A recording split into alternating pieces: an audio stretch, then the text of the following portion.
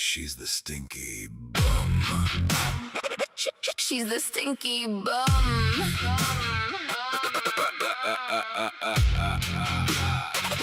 She's the stinky bum. Which is word on the nose. Old, old, old stinky bum. She had no joy, she had no fun. She had curry in the sun. A big nose and a wart. Old, old, old face, wrinkled up. Batty old fuck. Batty, batty, lonely old witch. No shekels in a shack. Stinky bum, morals like crap. She acts like crack is on the brain. Not quite insane, but something missing. She's the stinky bum. Bucket bitch, bucket, bucket witch. She's the stinky bum. Literally, literally a miserable Mess. Literally a witchy witch. Witch. Literally. Literally. Boom, chaka, chaka, laka, laka. Boom.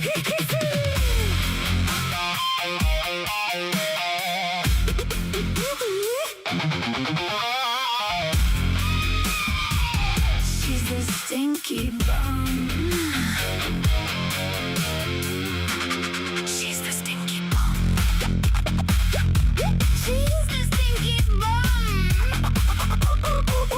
Which is wart on the nose. Old, old, old, old. Stinky bum. She had no joy. She had no fun. She had curry in the sun. Boom, shakalaka, boom. Boom, boom, chaka, chaka, boom. Literally.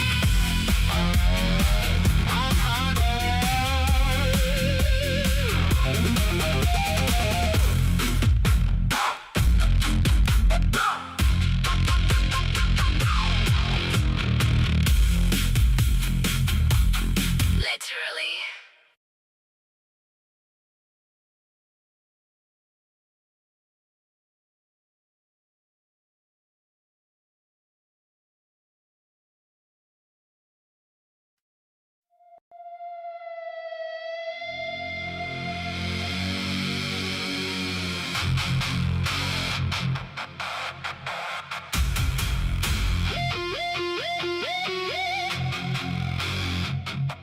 Saturn on my skin, black ring, cold crown. I walked through the grid and I burned it down.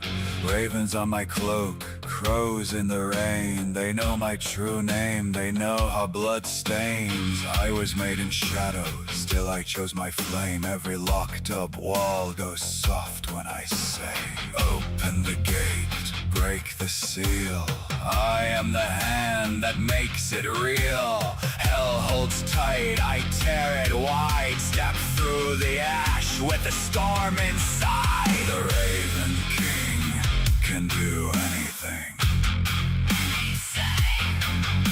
The Raven King can do anything. I cut through hell, I break the chain. I kill the dark and still remain. The Raven King can do anything. The Raven King can do anything.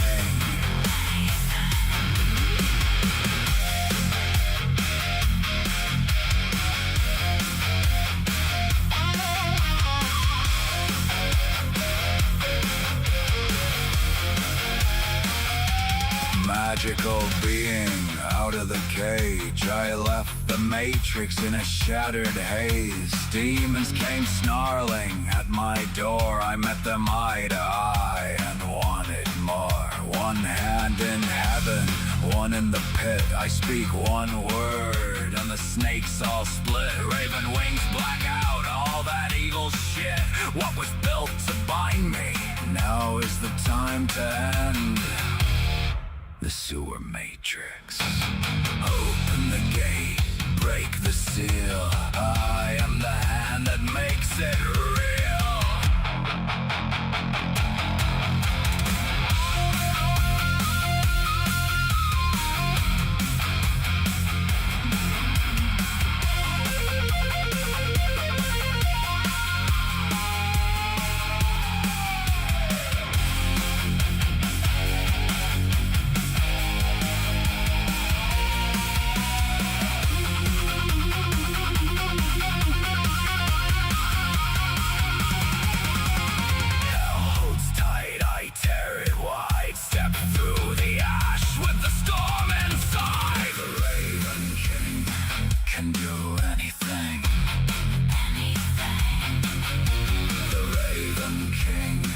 can do anything. I cut through hell, I break the chain, I kill the dark and still remain. The Raven King can do anything. The Raven King can do anything. Hear the crows now crowd the sky. Old world tremble, watch it die. I am not lost, I am the key, I am the door, and the fire in me. The Raven King can do anything. The Raven King can do anything. I slay the demons, I break the chain, I seal the hell realm and crown the flame. The Raven King can do anything. The Raven King can do anything.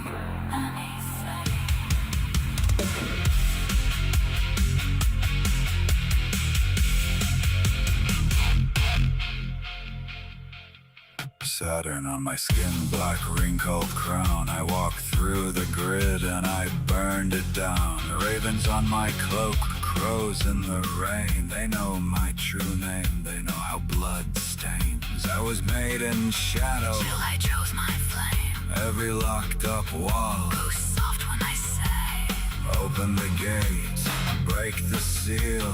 I am the hand that makes it real. Hell holds tight, I tear it wide. Step through the ash with the storm inside.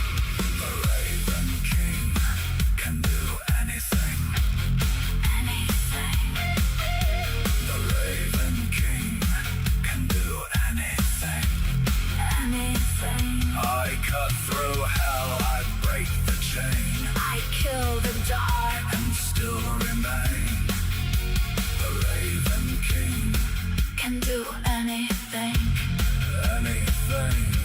Magical being, Out of the cage. I left the matrix. A shattered haze. Demons came snarling, At my door. I met them eye to eye. And wanted more. One hand in heaven, One in the pit. I speak one word. And the snakes all split. Raven wings black out. All that evil shit. What was built to bind me now Is the time to end. the sewer matrix. Open the gates. Break the seal. I am the hand that Makes it real. hell holds tight. I tear it wide. Step through the ash with the storm inside. The Raven King can do anything. The Raven King Can do anything. I cut through hell, I break the chain, I kill the dark and still remain. the Raven King can do anything. Magical being out of the cage, I left the matrix in the shattered haze. Demons came snarling at my door. I met them eye to eye and wanted more. One hand in heaven, One in the pit. I speak one word, And the snakes all split. Raven wings black out. All that evil shit. What was built to bind me Now is the time to end. the sewer matrix. Open the gate, Break the seal. I am the hand That makes it real. hell holds tight. I tear it right. Step through the ash with the storm inside. The Raven King can do Anything. anything. The Raven King Can do anything. anything. I cut through hell, I break the chain, I kill the dark and still remain. The Raven King Can do anything. magical being out of the cage.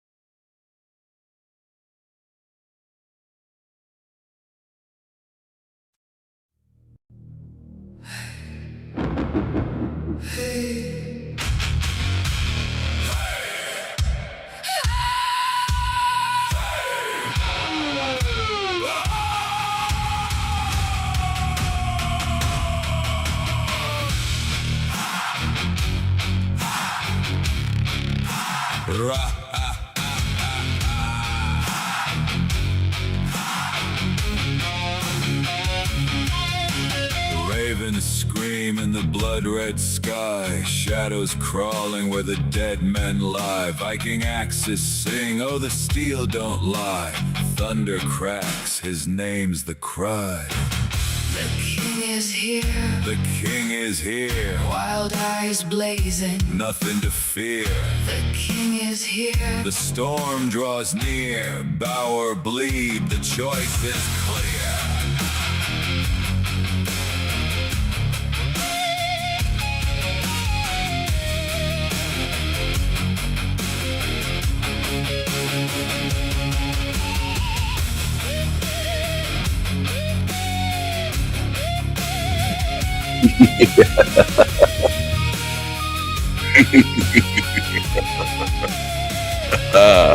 Mad laughter rides the howling gale. Waves of fury, shields like scales. Bones break under the hammer's tail. Flesh and fear, both frail. the king is here, The king is here, ravens feast. the end is near. The king is here, The storm is clear. kneel in ashes, taste the spear. Crown of iron, dripping flame, Carved by war, etched with pain. ravens rise. They call his name. The king is here, forever reigns. The king is here, forever reigns. Forever reigns. Forever reigns.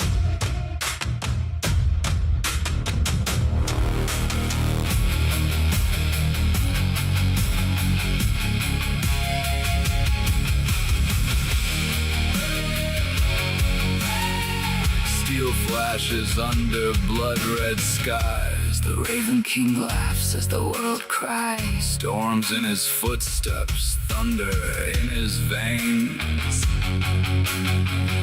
Enemies tremble at his name. The king is here, The shadows bend, axes sing until the bitter end. madness in his crown. Fury in his eyes, No one escapes when the Raven King rides. Rides. When the Raven King rides.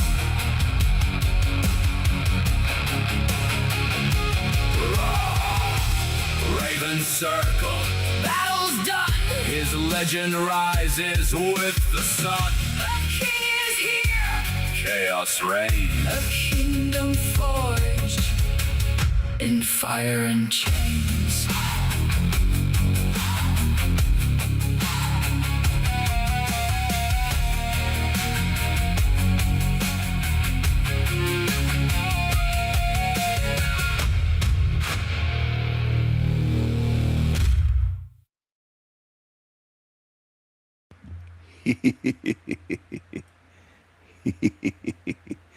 Hello, hello, hello, hello, hello, it's 4 a.m. here. Hello, Rose, and the lurkers here. There's some.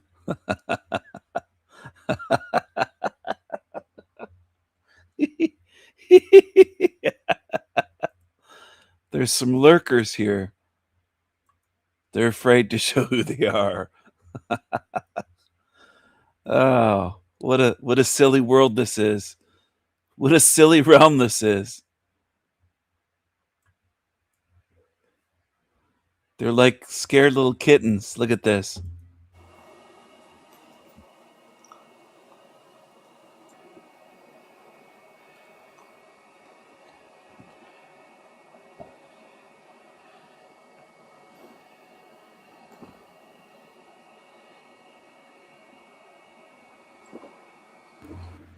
That's a puppy, an Alaskan Malamute.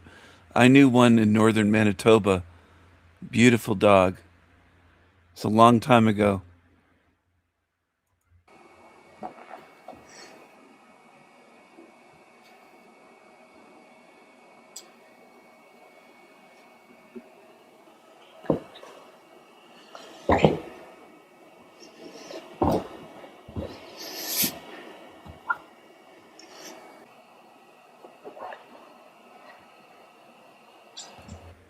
The puppy's just being playful. He's playing with the kitten the way he would with a small dog.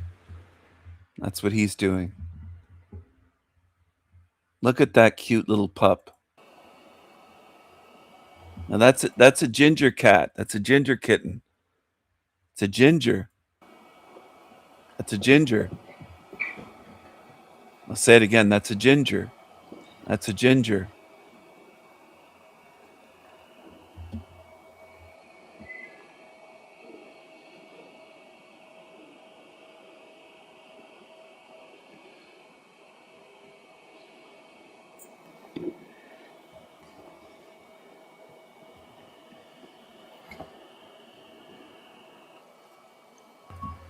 I gotta say, it's a bit weird how people just film this and say nothing. I don't know. There's a lot of weird people in this realm. 187,000 likes, 16 million views. It's fascinating to me what goes viral on YouTube. The truth, the most important truth, never goes viral. This kind of stuff does. And people just say, well, it's cute, Steven. Well, it's this. They'll make all these excuses. Humans, you're not interested in truth. You could watch this stuff endlessly, forever in this realm. 16 million views. None of my videos that I've made or could ever make, ever, will end up going viral like this. I already know because I know humans. I don't just know YouTube's algorithm. I know humans. I know what you want. And truth is not what you want. They can keep you here forever so easily. So easily. That must be the easiest job ever that the entities have for this realm, to keep humans here. Simple. It's not just convincing you that you're not powerful beings, just have you watching this stuff forever. Some of these videos, that's all people watch, not just this. There's tons of them that will pop up, and that's all they watch. They watch the fluffy, feel good stuff for life. And then they wonder why they're in the recycling bin. Gee, I wonder why.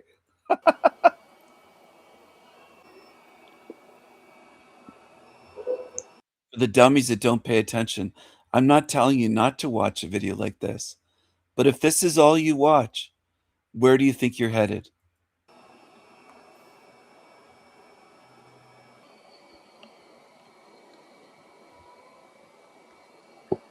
It's not a hell realm. There's cute ginger kittens and there's little puppies. This can't be a hell realm. Can't be. Because you're so smart. You're so aware, aren't you? You haven't looked into the world. You just looked at stuff like this. And I've known people in the past that just watch stuff like this. They have no care at all for truth, no curiosity, no care, zero. They'll watch stuff like this on Facebook or YouTube or TikTok or whatever forever.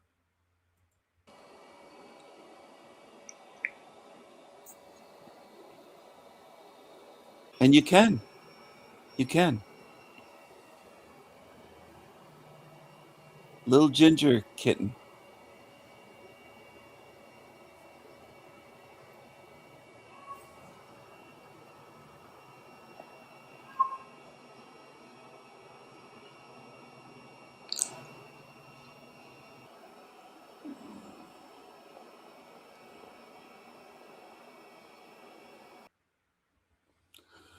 So look how sweet that puppy is. This can't be a hell realm. There's no way this can be a hell realm. There's no way this can be a hell realm. He lived with a few Alaskan Malamutes. Missoula, Montana. Wow. I didn't know you lived in Montana. There aren't that many darkies in Montana. There's some bears there, but there's not many darkies there, from what I understand. Maybe I'll share this one instead. This is cute. You must be getting some good pictures with that big camera, huh? Yeah. Hope so. See the ticks on these arms. Even the rhino. Yeah. Yeah. No, I mean with the camera. With a proper Check, camera. check, check, check. Oh. Oh That's so funny. 4 and 4 no, I don't think so. Oh, Steady oh. on! intersection of You're Drongo. kidding. This is what they go there to see. They go there hoping there's an attack or a death. This is very revealing about human psychology. For the rare few in this realm that can fucking pay attention and learn something, and it's not many. It really isn't. They'll pay tens of thousands of dollars hoping to see something like this and get it on video and get pictures. This is what they want. This is very close to death. And this is what they want. They want to be right there to see an animal get killed. That's the highlight of their life. Going on a safari. They call it a safari, but it's all kind of a rigged system. Best wildlife sightings. This is what people want to see. Millions of views. Yet again, 4.3 million views. And then the jokes in the comments, of course. It's all jokes from humans sitting in a safe space, making jokes about wild animals. And that sums up humanity quite well. I don't expect people to understand my commentary at this point because most people miss the point time and time again. And I noticed that. People want to watch death and suffering. So this isn't just a realm of suffering and death by design. It's also a realm where most humans love it. You're fit for this place. A lot of people say they're not fit. Yes, they are. They'll pay tens of thousands of dollars or maybe even 100 grand to go there and watch this in hopes that they see some violence and death in the wild. Because they would call this nature. It's a thrill for these people. They get a big thrill out of this. This is what they want. Yeah. No, I mean with the camera. With a proper Check, camera. check, check, check. Oh. Oh, no. That's so funny. 4 and 4 I don't think so. Oh, Steady oh. on! intersection of You're Drongo. kidding. Oh, gold.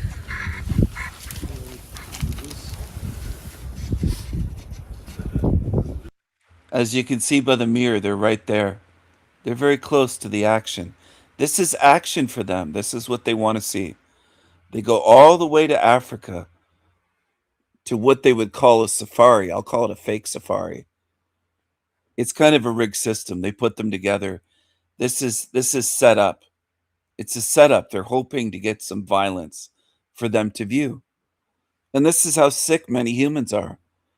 And it's not just the ones that can afford it. Again, it's the millions that watch and comment. Tons of comments. People love this. They love it. That was amazing, eh? Some action. Check, check, check, check. Here it goes, here it goes.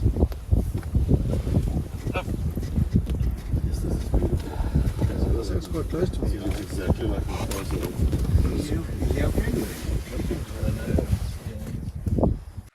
Some people will say, why do you say people are sick? Or because millions of you, anytime I go to these videos, there's millions that have seen it.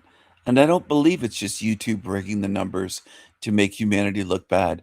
I think I could find people anywhere that would love to go there and watch wild animals kill each other. Most of you are sickos on Earth. You can disagree all you want, shake your head all you want. That's what people do. As soon as somebody like me comes along and speaks truth, most of you shake your fucking heads. It's what you're good at. You're good at denying truth. most of you on Earth. But the thing is, these videos are popular for a reason. It reveals what humanity is, and you aren't what you claim to be. You aren't the caring, compassionate beings that you claim to be. You go places like this in hopes of seeing a beautiful animal get killed. That's reality. And then you lie about it. Most of you will lie about it. Looking for some blood. But I just got a bit of a damage.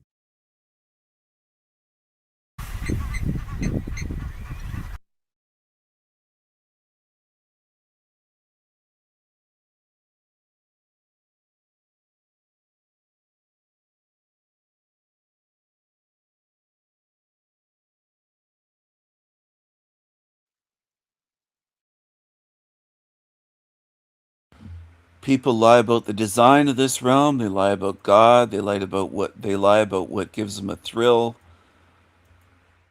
They just lie all the time. Hardly anyone in this realm tells the truth for a sentence or two. If you really observe people, they're just lying about everything all the time.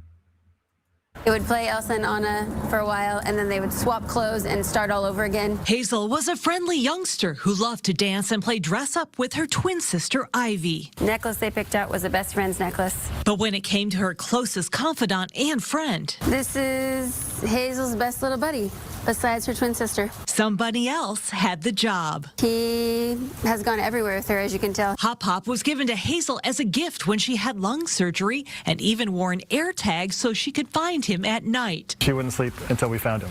So the air tag saved us a lot of time. At her 8th birthday party, Hop Hop would have been a guest of honor. But instead, just over a week before the big day, her life was cut short. The Bryants say a neighbor backed out of a driveway, striking her. They said police told them security camera footage appeared to show the car backing out before Hazel walked behind it. It's going to be a long road for all of us, and that's why we want to help prevent. So this is what can happen in Hell Realm. You can lose your child this easily, this quickly, and they're gone. They're gone. Now, I know that's not comfortable. It's not fun. But this is what happens here. And a lot of you don't notice because you don't see it. It didn't happen in front of you, so a lot of you use this. They call it a psychological defense mechanism where you deny it. You say that didn't happen. Children don't get run over by cars because I haven't been there to see it firsthand, but they do. They're gone. This happens all the time in this realm. Children get run over by vehicles. A neighbor backing their car out of a driveway. A family friend's child was hit by a car and killed when I was a kid. He was a few years older than me, dead. And cops showed up at their door to notify them. Your son's dead. He was rushed to hospital, hit by a car, and died, dead on arrival. They didn't even get to go there to see him or pray, God, please help my child. Dead. Just taken out that quickly. Dead and gone. And a lot of you will never face what this realm is. I would say most humans won't. You'll go to your deathbed or your grave without ever knowing what this place is.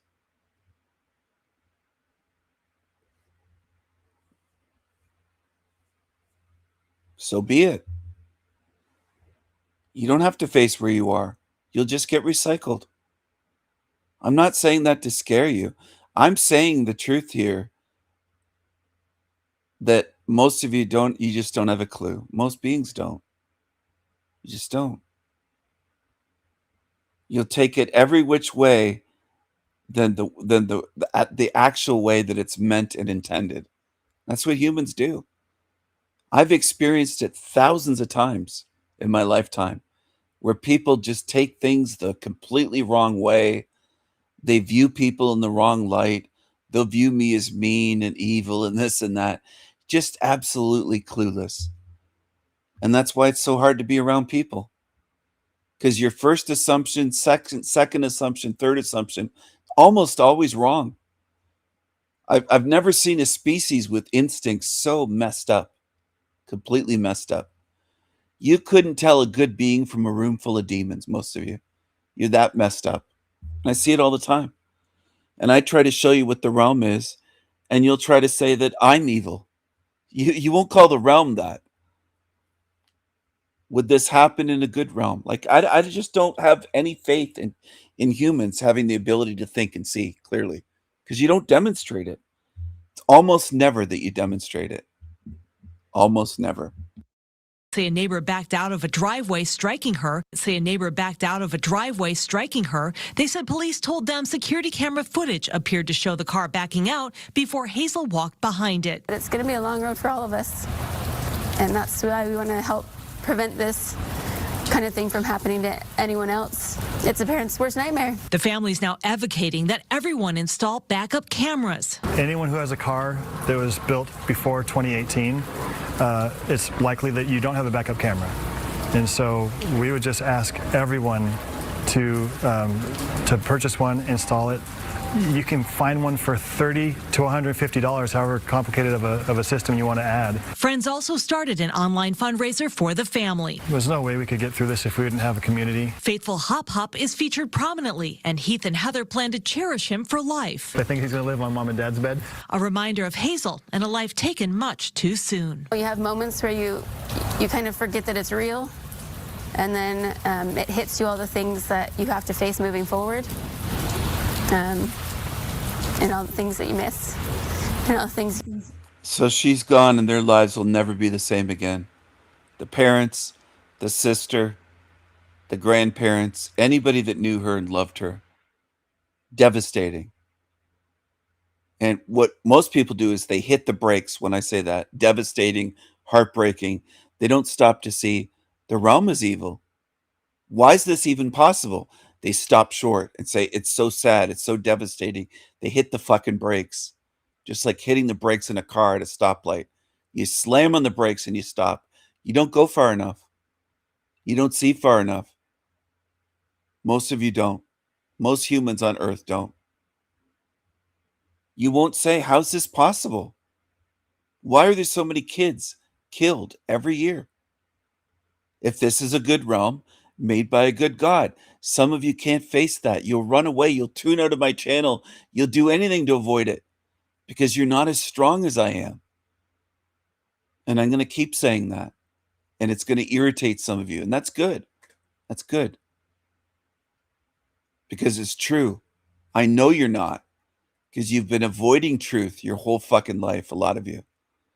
You'll watch stories like this. You'll say it's sad.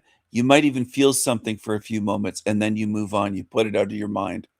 You don't want to face where you are. You don't want to face what this realm is. I know you're weak. You won't get to see her do. That's hard. In Auburn, Jennifer Dowling, Fox 13 News. And Fox 13 has a link to the family's GoFundMe. You can find it on our website, fox13seattle.com.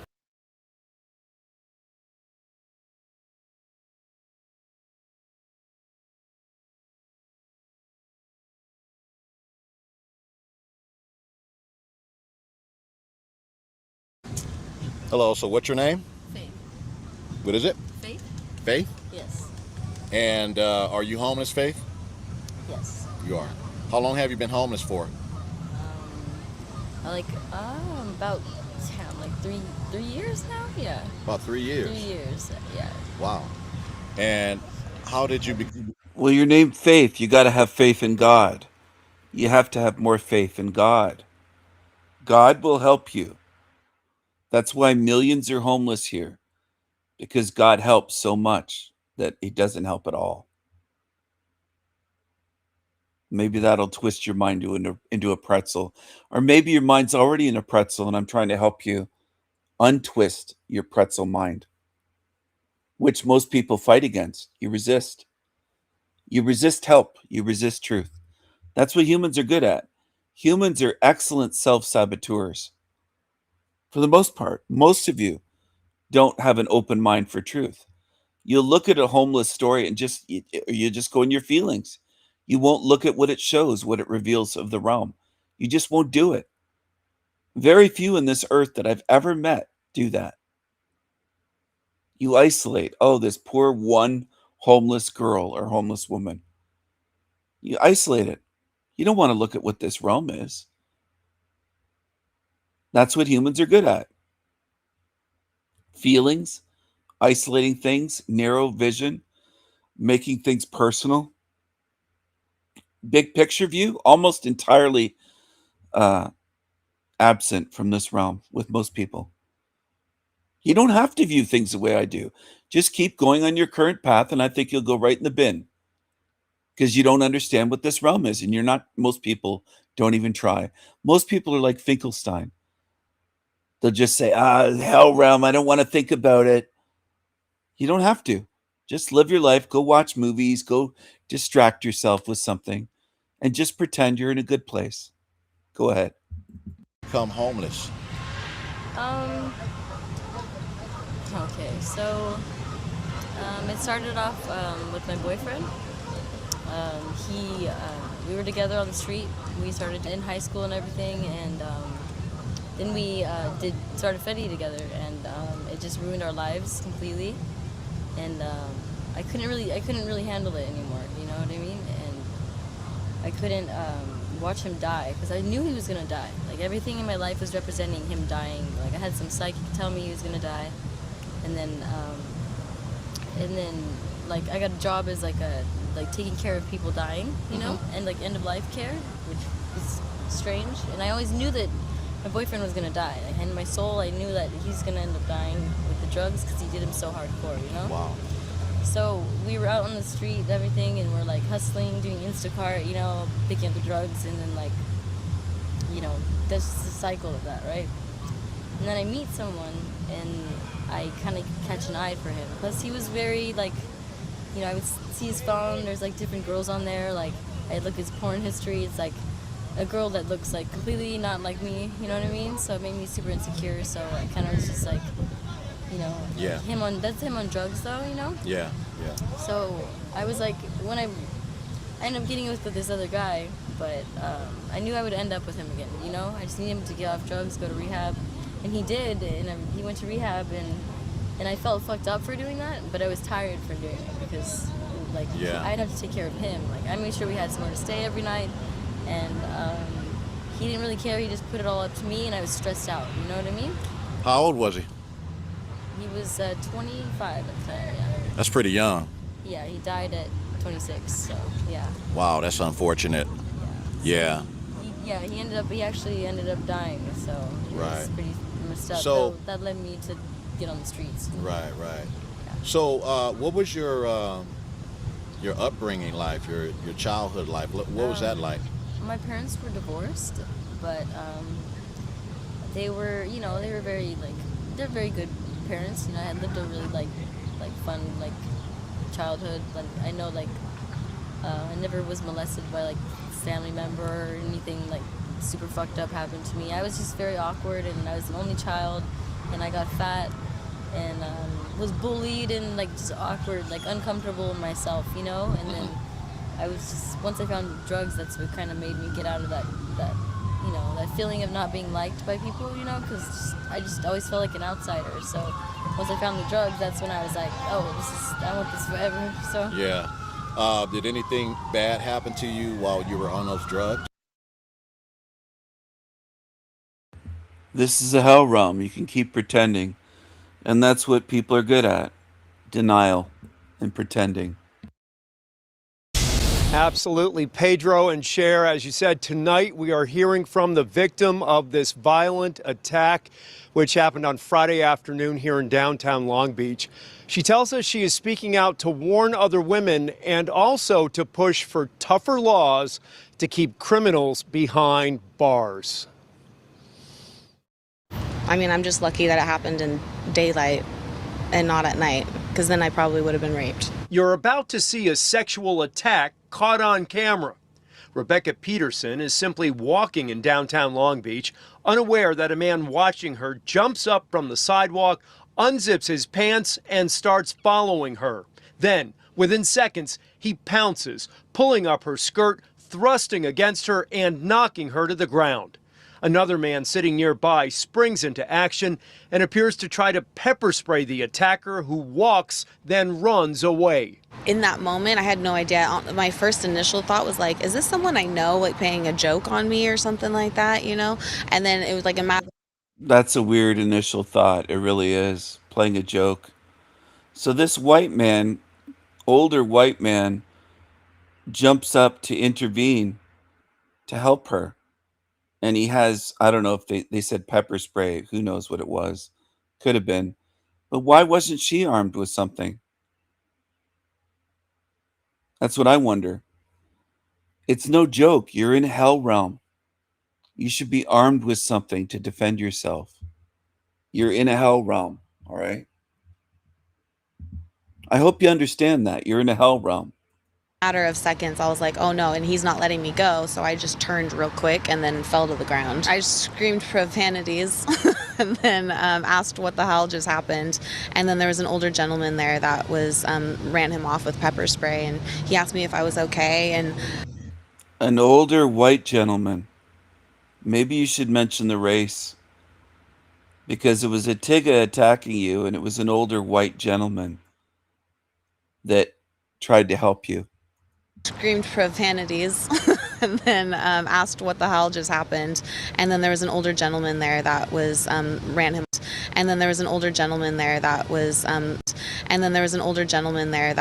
ran him off with pepper spray, and he asked me if I was okay, and I was just, I don't know, I just kept asking like what the hell just happened in my head. Long Beach police say they located a suspect hours later and arrested 30-year-old Miguel Avila, who is homeless. He was booked on suspicion of sexual battery. Oh, Miguel, he's a brownie. Miguel, I thought it was a Tigga, but it's a brownie, a dark colored brownie. So you can call me mean and defend the pervert, defend the criminal. That's what some of you are very good at in this realm. Go ahead, defend this thing on the screen. Miguel Avila, who is homeless. He was booked on suspicion of sexual battery and, in an unrelated case, theft of personal property. People who live and work in the area describe it as increasingly dangerous. They are urging city leaders to take decisive action to improve public safety. The store right over here, the owner was hit in the head with a vodka bottle. She had 11 staples in her head and had teeth knocked out. We had a resident of the neighborhood right here was walking his dog at 5:45. He was clocked in the head with a pipe and had to go to the hospital for 11 days in ICU. So it's all the time. I'm okay, I'm just a little bit more spooked, you know, someone comes up behind me and I'm a little bit more reactive. Every woman needs to be armed with something to protect themselves and take defense classes. That's more reactive. Every woman, and I'm a little bit more reactive. Someone comes up behind me and I'm a little bit more reactive. Someone comes up behind me and I'm a little bit more reactive. Every woman needs to be armed with something to protect themselves and take defense classes. That's what I'm about to just start doing. Bail for Miguel Avila was set at $1,000. The investigation continues. A whole $1,000. Oh my goodness. Oh my goodness. A whole $1,000. Jesus Christ. He got away with it. Reporting live in Long Beach, Chris Wolf, KTLA 5 News.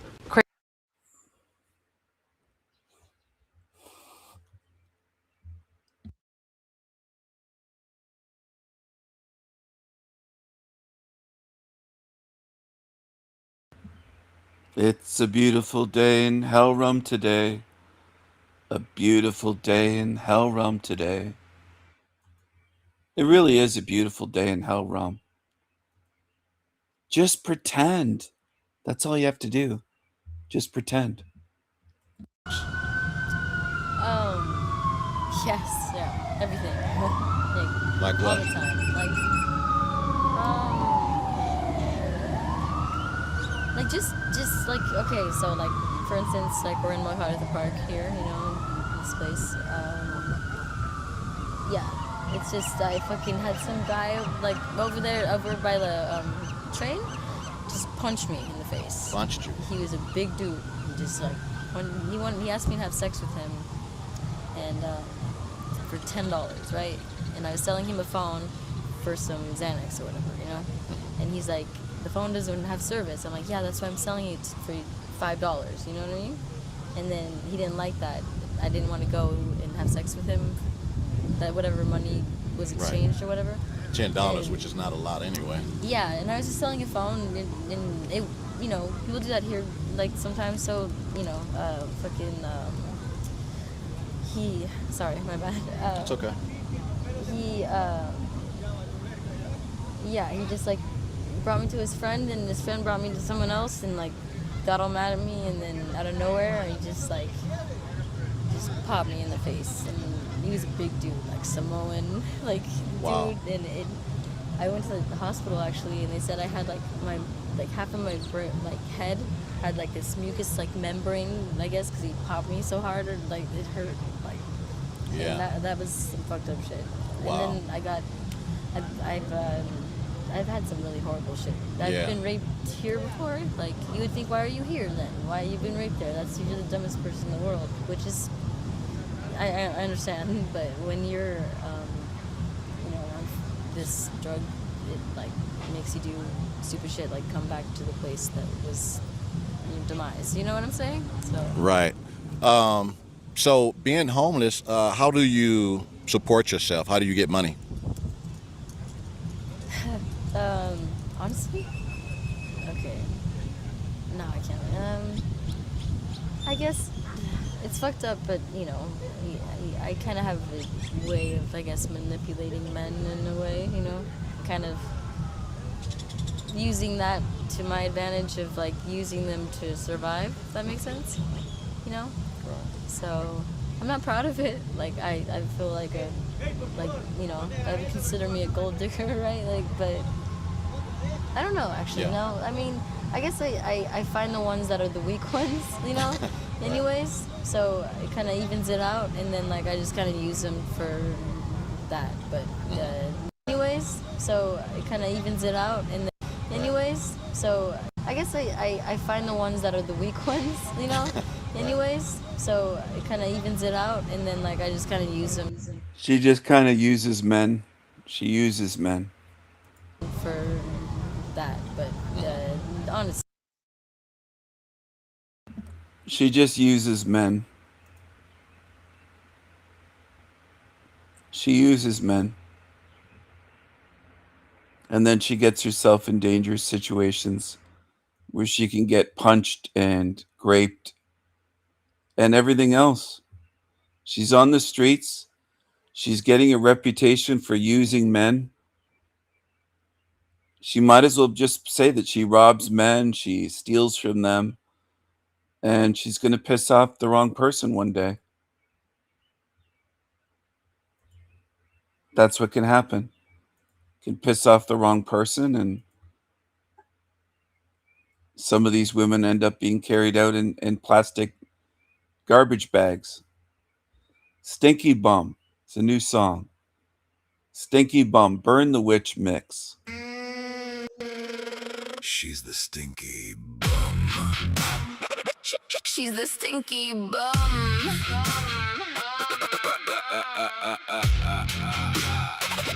She's the stinky bum. Witch's word on the nose. Old, old, old stinky bum.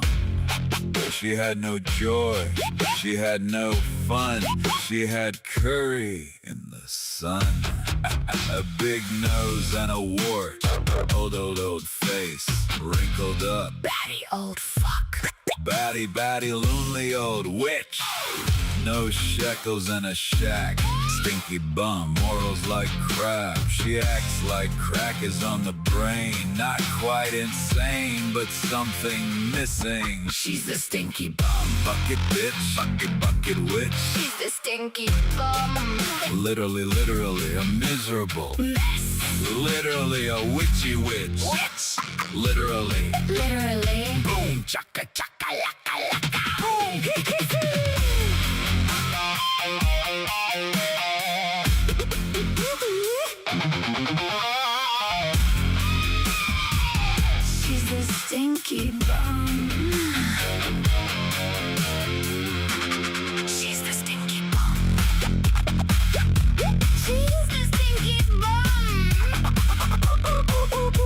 poked his wart on the nose. Old, Stinky bum. She had no joy. she had no fun. She had curry in the sun. Boom, shakalaka, boom. Boom, shakalaka, boom,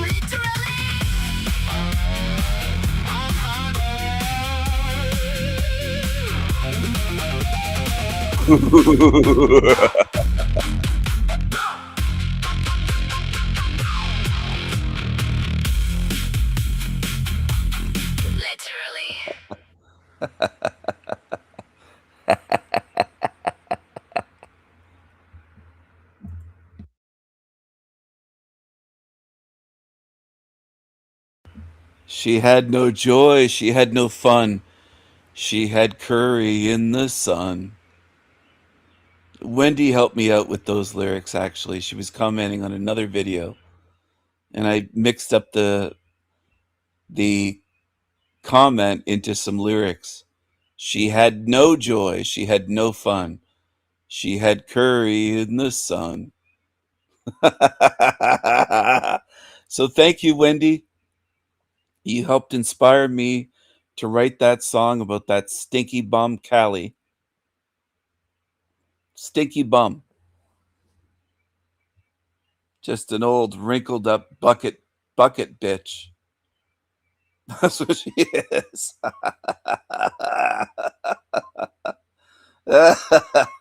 I'm going to tease demons as long as I'm in this realm. As long as I'm here, I'm going to tease demons. For everything they've done, they deserve it. Let's shift gears to this guy. He's a doggy. He's a doggy. This guy's very dark, very dark. Jared Taylor says race matters. Why Jared Taylor says race matters. So this was days ago. This is new. People, this is new.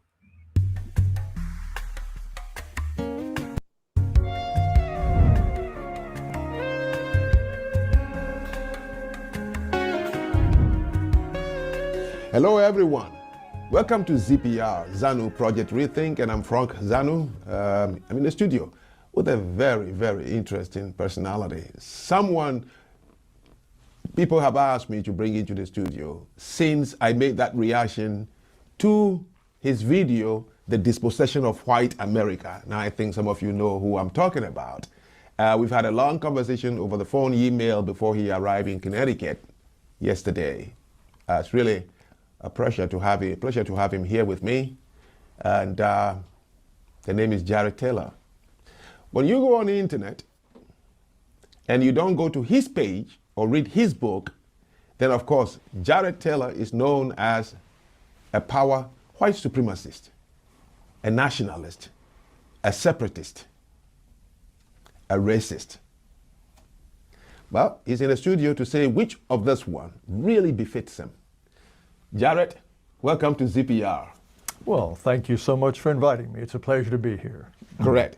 I told one of my friends you're coming and said, you serious? Because, of course, he read about you on the internet, and they have names, depending on what they heard about you or how they came across you. I don't know any of those yet.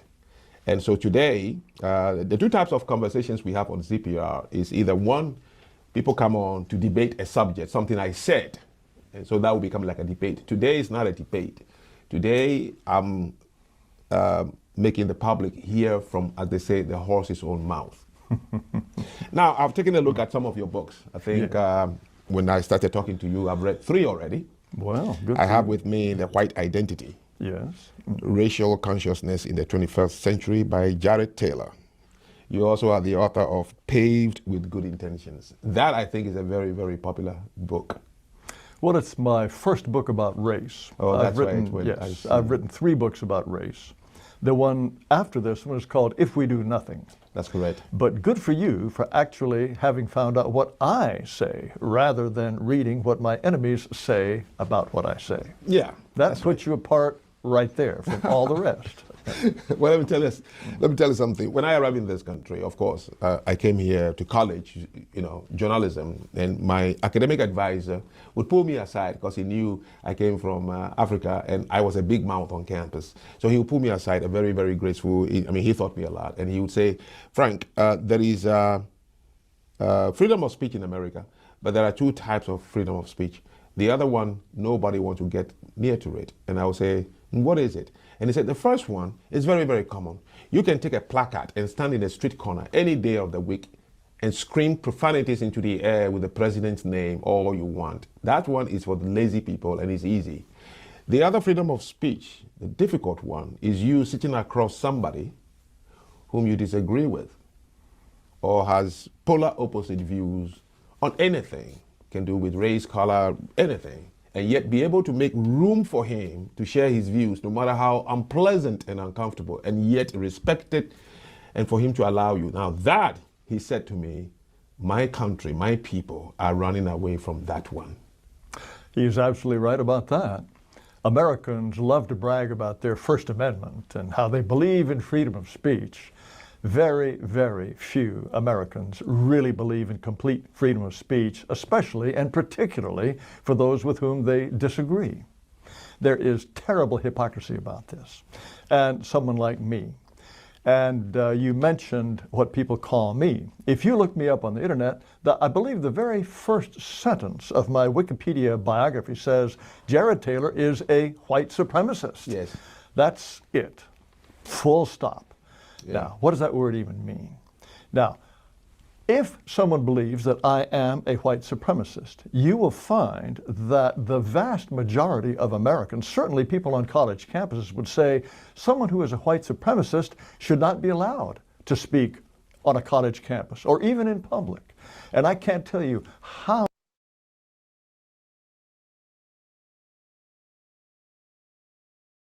This woman met you several years ago, and apparently 5 cyclists surrounded you guys. You were down here, and you were filming. I know you. Give me a hug. Well, you're so sweet. I was just. We were stood right there. Yeah, I was right there. And that was 5 years ago. It was 5 years ago. It was during the election campaign, October. Okay. Well, anyway, I just came down. I've been following you, of course, since then, because I remembered what your name was. I followed all what you're going through in Europe and everything. You should be sainted, knighted, given the Order of Canada, because you are I've seen how you impacted people around the world. I see how you just ask them to engage in conversation, and my hat's off to you, because the abuse you guys take, I don't know how you can stand it. I really don't. I don't know how they're allowed to publicly assault you. And anyway, I'm really quite emotional, because you were the first person that I saw. I don't have kids or grandkids, so for me it was like, what's the pronoun thing? And you educated me in that, and I just want to applaud you and your colleagues for what you're doing. You are you're like awesome. Well, I'm so thankful for Tara and Dallas, because they're the first politicians to support me. Yeah. Period. Yeah. In all of Canada. They're all cowards. They don't. Maxine Bernier did. Yeah. But the first elected politicians to support me, for sure. But I'm going to, so what's your name? Brenda. Brenda is a hero of mine. Oh. No. We were stood right on this little island here between the right turn lane and the main road. And these 5 university boys and 1 young woman came down just to heckle us. And they were so rude to you. I was terrified. No, I don't think that you are going to be ashamed. No, I think that you as a person have moved beyond the need for shame, because you're so proud and so arrogant that you cannot possibly accept that anyone other than yourself might be right. And that's fine.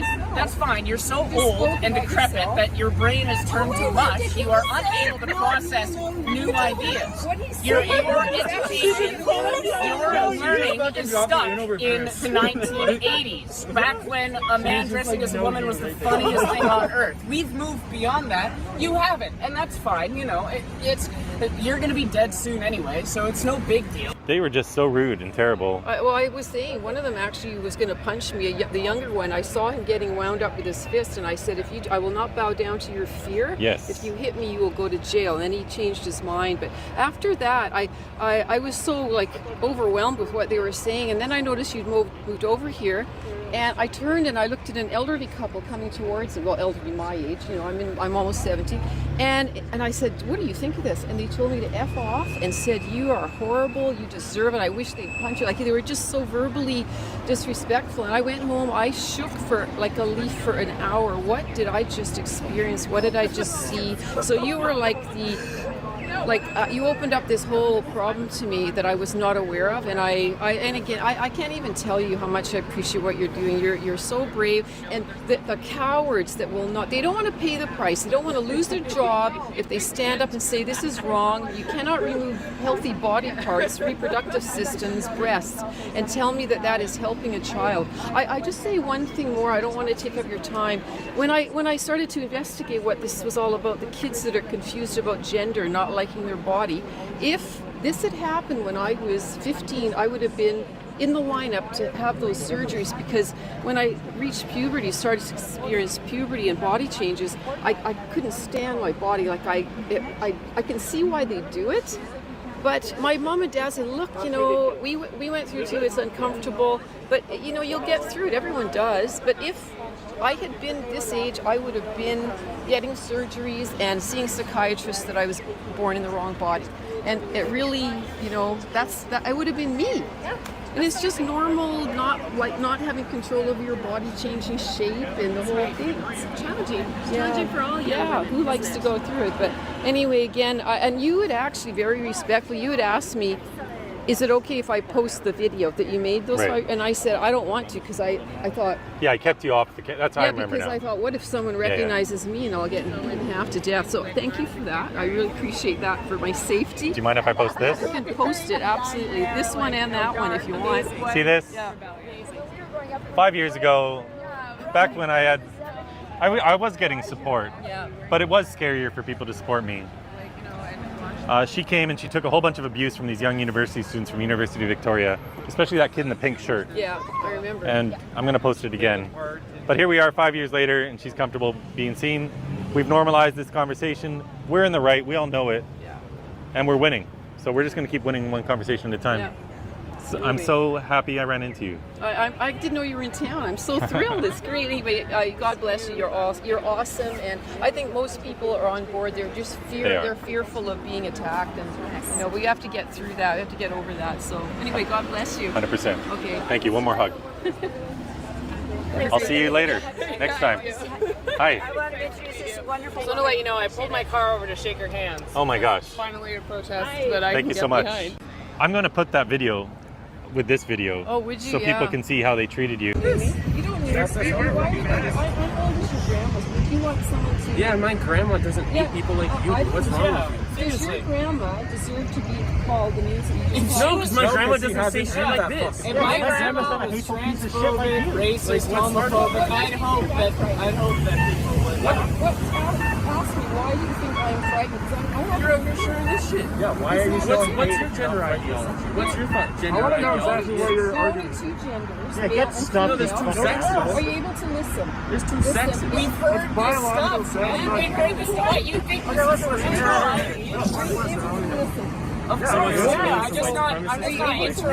I'm just not interested in your garbage. No, You're not welcome. It's our city, not yours. Who's your audience? You don't know the pay tax. You guys are fully grown adults. I've only seen facial hair claws. Anyway, may I speak for 30 seconds? No, you got get the fuck out of our city.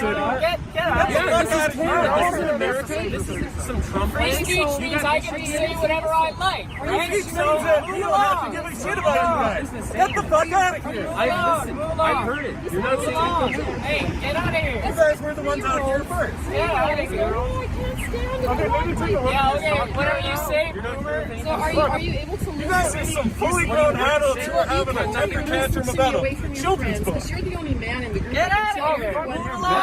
This is a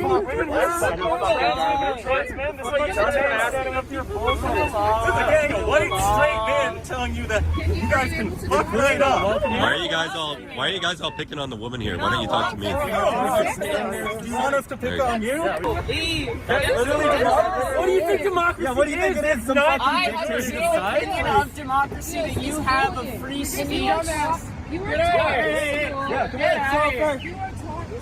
The world will progress. You will be left behind. The world will progress. Just go hop in the ground and, become a gas leaker. You don't know who you've talked to. Trans people are everywhere. Coming out here saying gender ideology. That's not bullying. This is free speech. You guys can stand up and yell. We can yell too. You don't even know what gender and biological sex is. What shitty defunct article did you read trying to make you... Our opinions are based on science and research, and your opinions are based on feelings. You feel nasty about trans people. When was the last time you were even in a school? When was the last time you were even in an institution of education? Get out of here! You're not welcome! You're not welcome! You're not welcome! Imagine if you learned something other than from a fucking children's book, you fucking heartbeat. Call the police. And we're going to tape it, so... We're out here expressing our right to free speech the same way you guys Your are. glasses even have lenses? Are they just a fashion piece? Like you're just wearing plastic lenses glasses? I'm not threatening you at all. Because you're like this, that's the stance of freedom. Oh my God. Okay, so you're frightened. Okay, good. That's your objective. We want you scared. We want you gone. You're not welcome. Get out of here. You gotta wonder why two people holding... Soy boys in masks. They're feminine, pathetic, cowards, bullies. Look at them. They all look the same. No testosterone. And this is what you're raising these days. Soy boys. Scrawny little soy boys. Look at this. Pathetic. A sign got out into the world because Here's the brilliant thing. All this fear can stop. No support for you. Get out of here. Nobody wants you here. Nobody wants you here. Just move along. Give me the fucking satisfaction. If she was a transphobe, absolutely. If she was a transphobe, I would tell my grandmother to fuck off. No.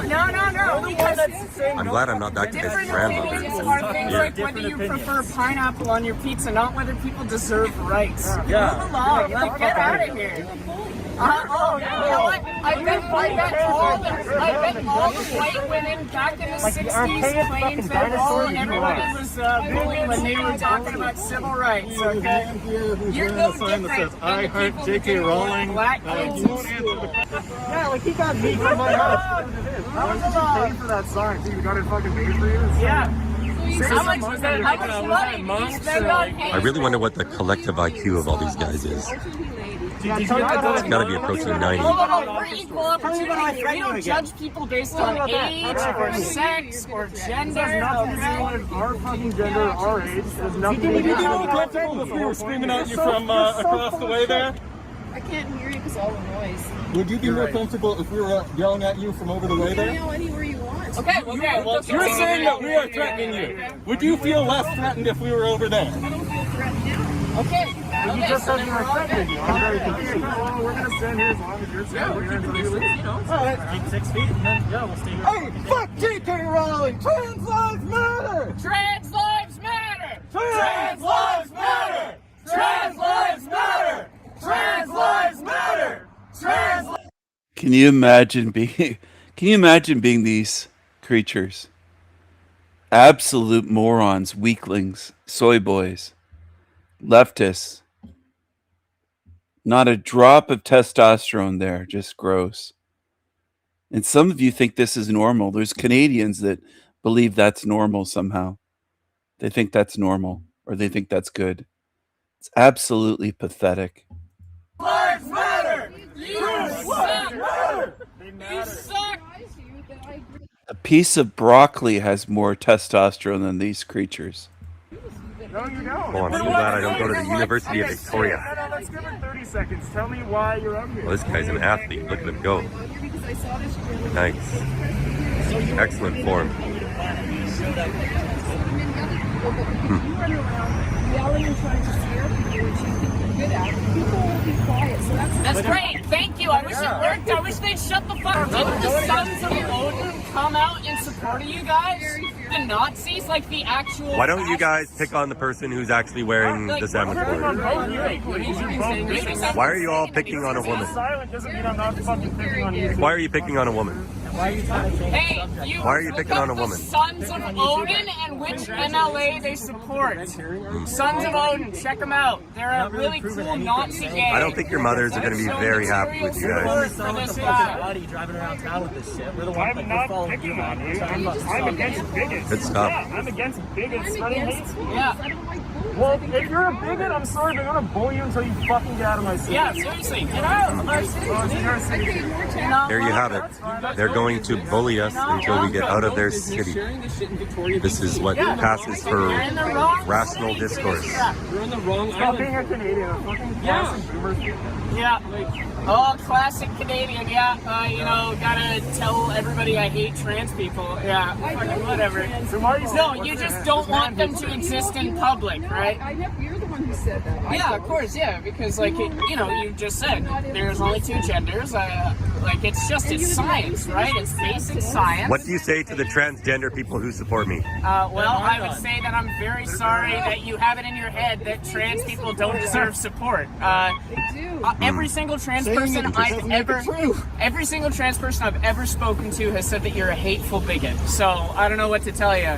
Home slice. Oh, where are they? Oh, okay, great. Where are they? Where are they at? Like, show. Let's see the receipts. Let's see the. I love that you guys are here. You're honestly doing exactly what we want. Yeah, exactly. I will do this every time. You're not welcome. You are not. I've been waiting for this all day yesterday. I'm so thankful you guys finally came through. Attention. It's perfect. You're a childish person. This is perfect. Who is incapable of moving on. I can't wait for the internet to see all you guys. It's going to be fun. Me neither. Why would I be scared? If I was you, why would I be scared? What do you think? You want me to stand right here? I'll stand right here. We asked you earlier if it would make you feel better if we yelled at y'all from over there, and you said you don't didn't care. So, you know, here then we we're are. going to yell at you from here. Yeah. Don't tell us that you feel threatened if we're right here. Have you been drinking today? Absolutely not. I don't know. You were running kind of crooked. You're going to do something legal. Oh my God. Oh my God. We're following the law. I'm going to smoke weed later. Oh, I'm a criminal. Oh my God. Call the police. Somebody call the police. You said I'm going to smoke weed later. You didn't say I'm high now. Look, you have to wonder I'm single as a motherfucker right now. You have to wonder why someone on their bike who has no relation to any of this stopped and supported the exact opposite of what the fuck you're saying. I don't know this person either. What percentage of the Victoria City population has supported him and his message? Of the people you see, maybe 100 people pass by. We've had these 7 plus a random guy on a bike, plus some other guy honking against you, and then we've got one. Has anybody voiced support for you? You can't count a chicken before it's had it together. This is basic statistics. But then again, I wouldn't expect you to understand any kind of science or statistics, would I? Well, I've had 3 trans people tell me that what I'm saying is good. That means that trans people agree with me. Yeah, there you go. More strangers across. Oh, there we go. Okay, so they agree with us. Great. Okay, supporters count back to 1, so we have 1 versus 12. Why would I? We have the numbers on our side. That's how democracy works. You voted. Haven't done gender studies. We're not having turns here. This isn't a board game. Like, we're not on the same level here. Yeah. All you have to espouse is ignorance, and we have to try. This is like straight up. We've got the higher ground. Like, you're out here. Spouting hatred and backwards. You can speak your mind. You're just evil. Is the issue? You're just evil. Really? Literally no different than the people who clapped when Rodney King was beaten to death. No different than the people who showed up screaming their hate when black people were trying to get their rights to go to school. We're children, like, what the fuck are you talking about? How do you... Come on. I Because I'm not okay with people saying. Are you offended? Are you triggered by our swear words? Look, we're all so sick of people hiding behind free speech with hatred, and it's not like free speech. It's just hatred. Do you know that in the Canadian Charter of Rights and Freedoms, it actually says that hate speech is not actually protected under free speech? Did you know that? Okay, would you just put on a mask? I guess I wasn't raised right. I guess I was Are you triggered by our words? Definitely not raised right. You got that one. Are you guys triggered by our words? Thank God. Are we triggering you with our words? Yeah, well, what can I say? I wasn't raised in Oak Bay. I was raised out in Langford. You know, we do things a little different there. We're a bunch of fucking country bumpkins, and we're out here telling y'all a dumb motherfucker for this transphobic. How embarrassing is that? We can get How educated. embarrassing is that? We can read a fucking book. No, we're shaming you for being hateful, motherfucker. Oh, yeah, no. I don't think that you are going to be ashamed. No, I think that you as a person have moved beyond the need for shame because you're so proud and so arrogant that you cannot possibly accept that anyone other than yourself might be right. And that's fine. That's fine. You're so old and decrepit that your brain has turned to mush. You are unable to process new ideas.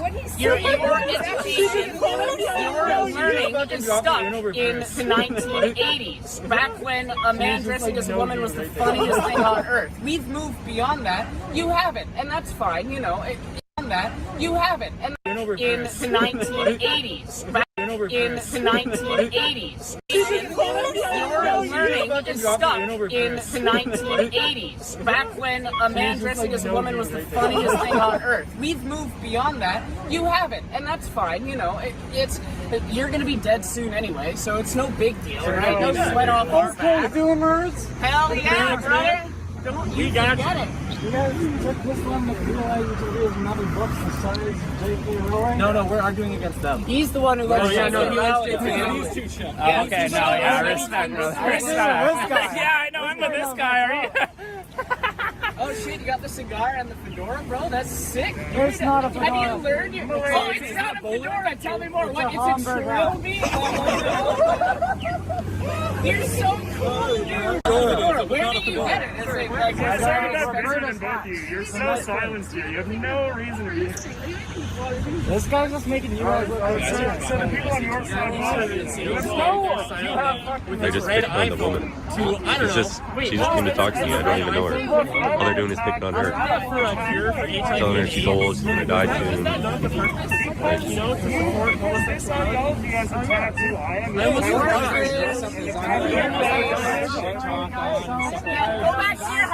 There's only hate coming from one direction here. We have no interest in speaking with you.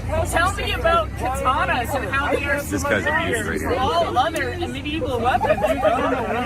Look at you with the fedora and the long hair and the coat. Oh, come on, man. You guys are a fucking walking parody. You guys are hilarious. Thank you.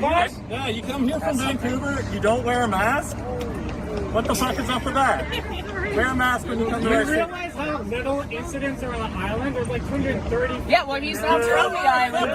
Were you listening to what he said 2 sentences ago? This isn't about that. This is about your fucking house. There's only 230. I suggest you move on. I suggest you all move on. Yeah, you're not welcome. Thank you for the suggestion. Shove off. Shove off. It's my city too, and it's our city. And there's 4 of you, man. Like no room for trans folks. No room for trans folks in our city. 0% of the population. They are men, as far as I'm concerned. Sir, what's your stance here? I'm just like a normal dude. What's your stance here? Why are you still here? What's your point? What's your stance here? Fucking funny. You just kind of stand Are you guys protesting J.K. Rowling? You don't participate in standing around with this guy. No, but your guys' insanity is making me nothing to say. Oh yeah, for sure. Red herring saying that we're harassing a woman because oh bro, I wasn't transphobic until the trans folks came and said mean things to me. You have other people fight.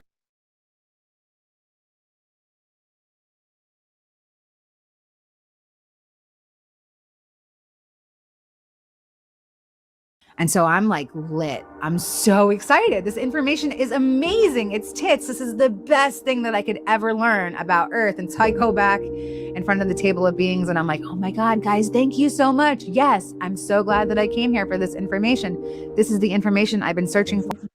Hello, hello. Good morning, Wendy. Good morning. For my whole life. I am so grateful.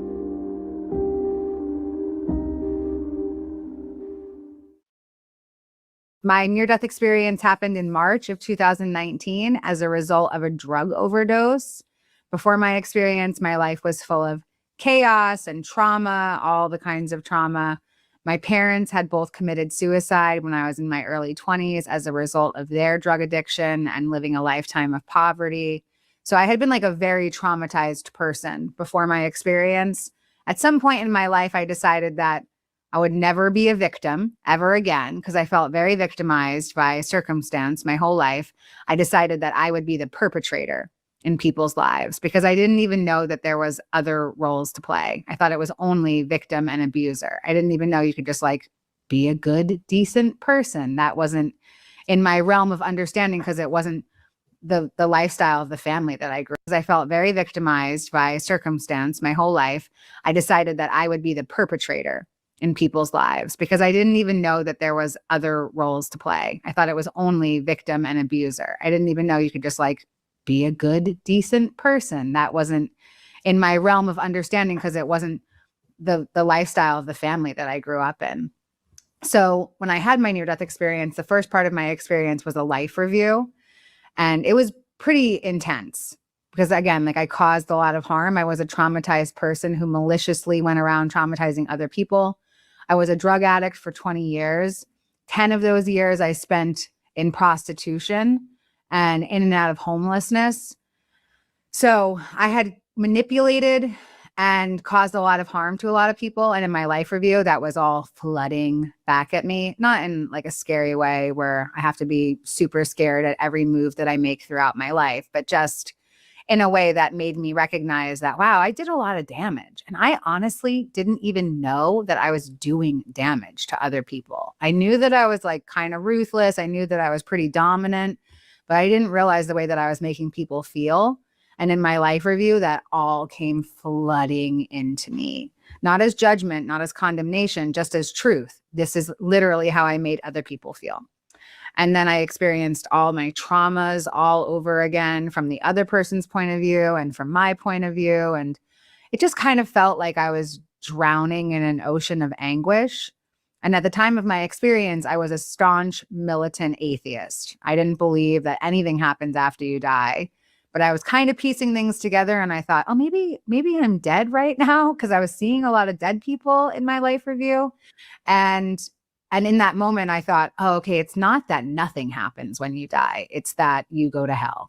Because it kind of felt like how people describe hell. It was just like agonizing and brutal. And there was like no goodness and no joy and nothing that would feel anything like what people describe heaven to feel like. While I was in my life review, I started to hear my father, who had been dead by suicide for 11 years at that point in time. I started to hear him chanting out to me, and he was saying, "You are worthy of all the love in the universe. You are worthy of all the love in the universe." And he just kept saying it over and over and over again. And I didn't believe those words, but I trusted his voice. And so I started to follow him into the light of the experience. And it kind of felt like in Star Trek when they like beam you up, it just felt like I kind of like noticed that there was a light. And then all of a sudden I was dissipated into the light.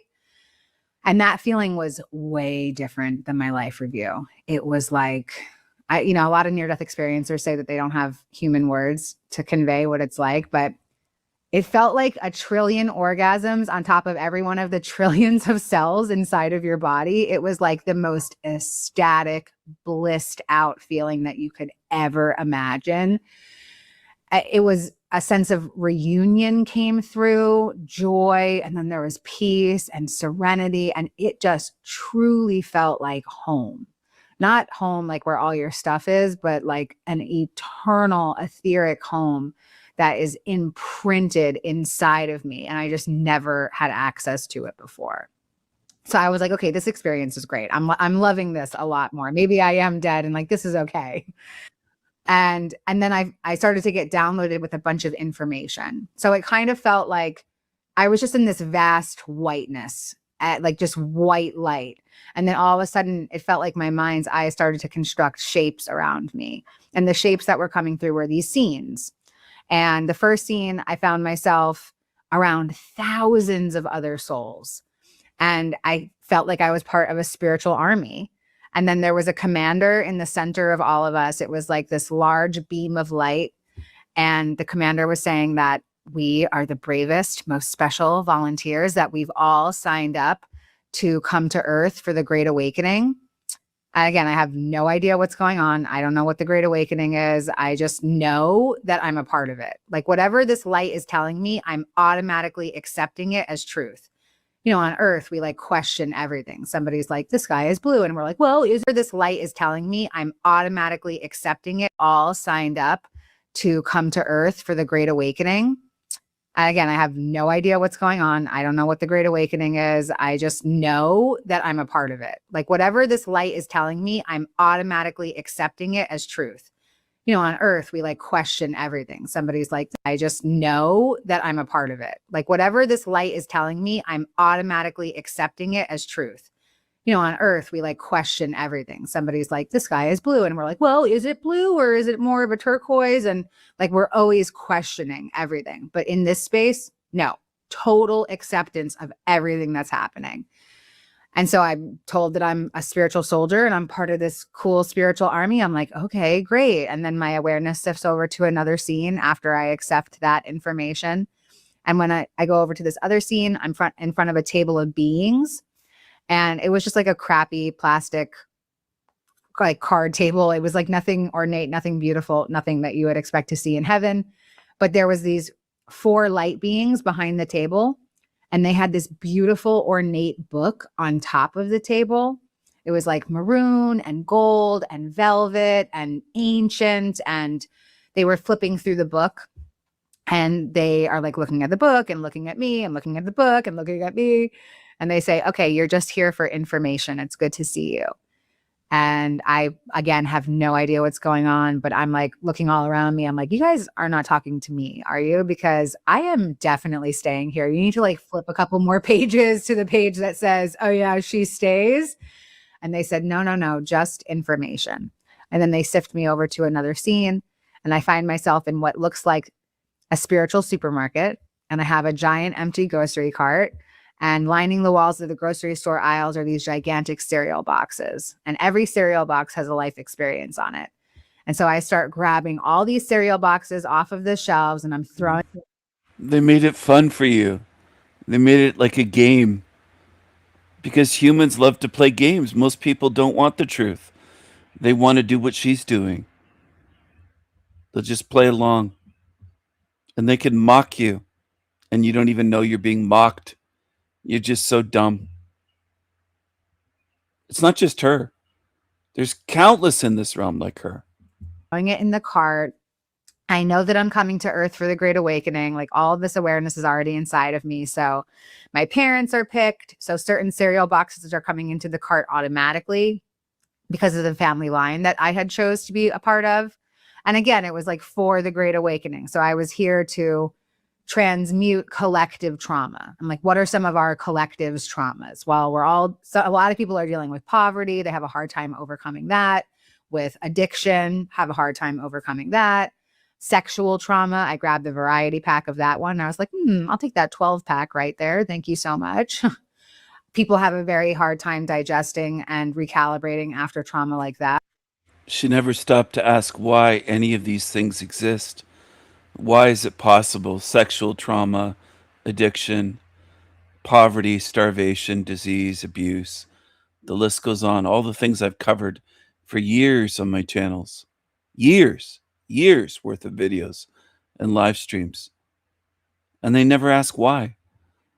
Why does addiction exist? Why is it even possible? Endless addictions in this realm.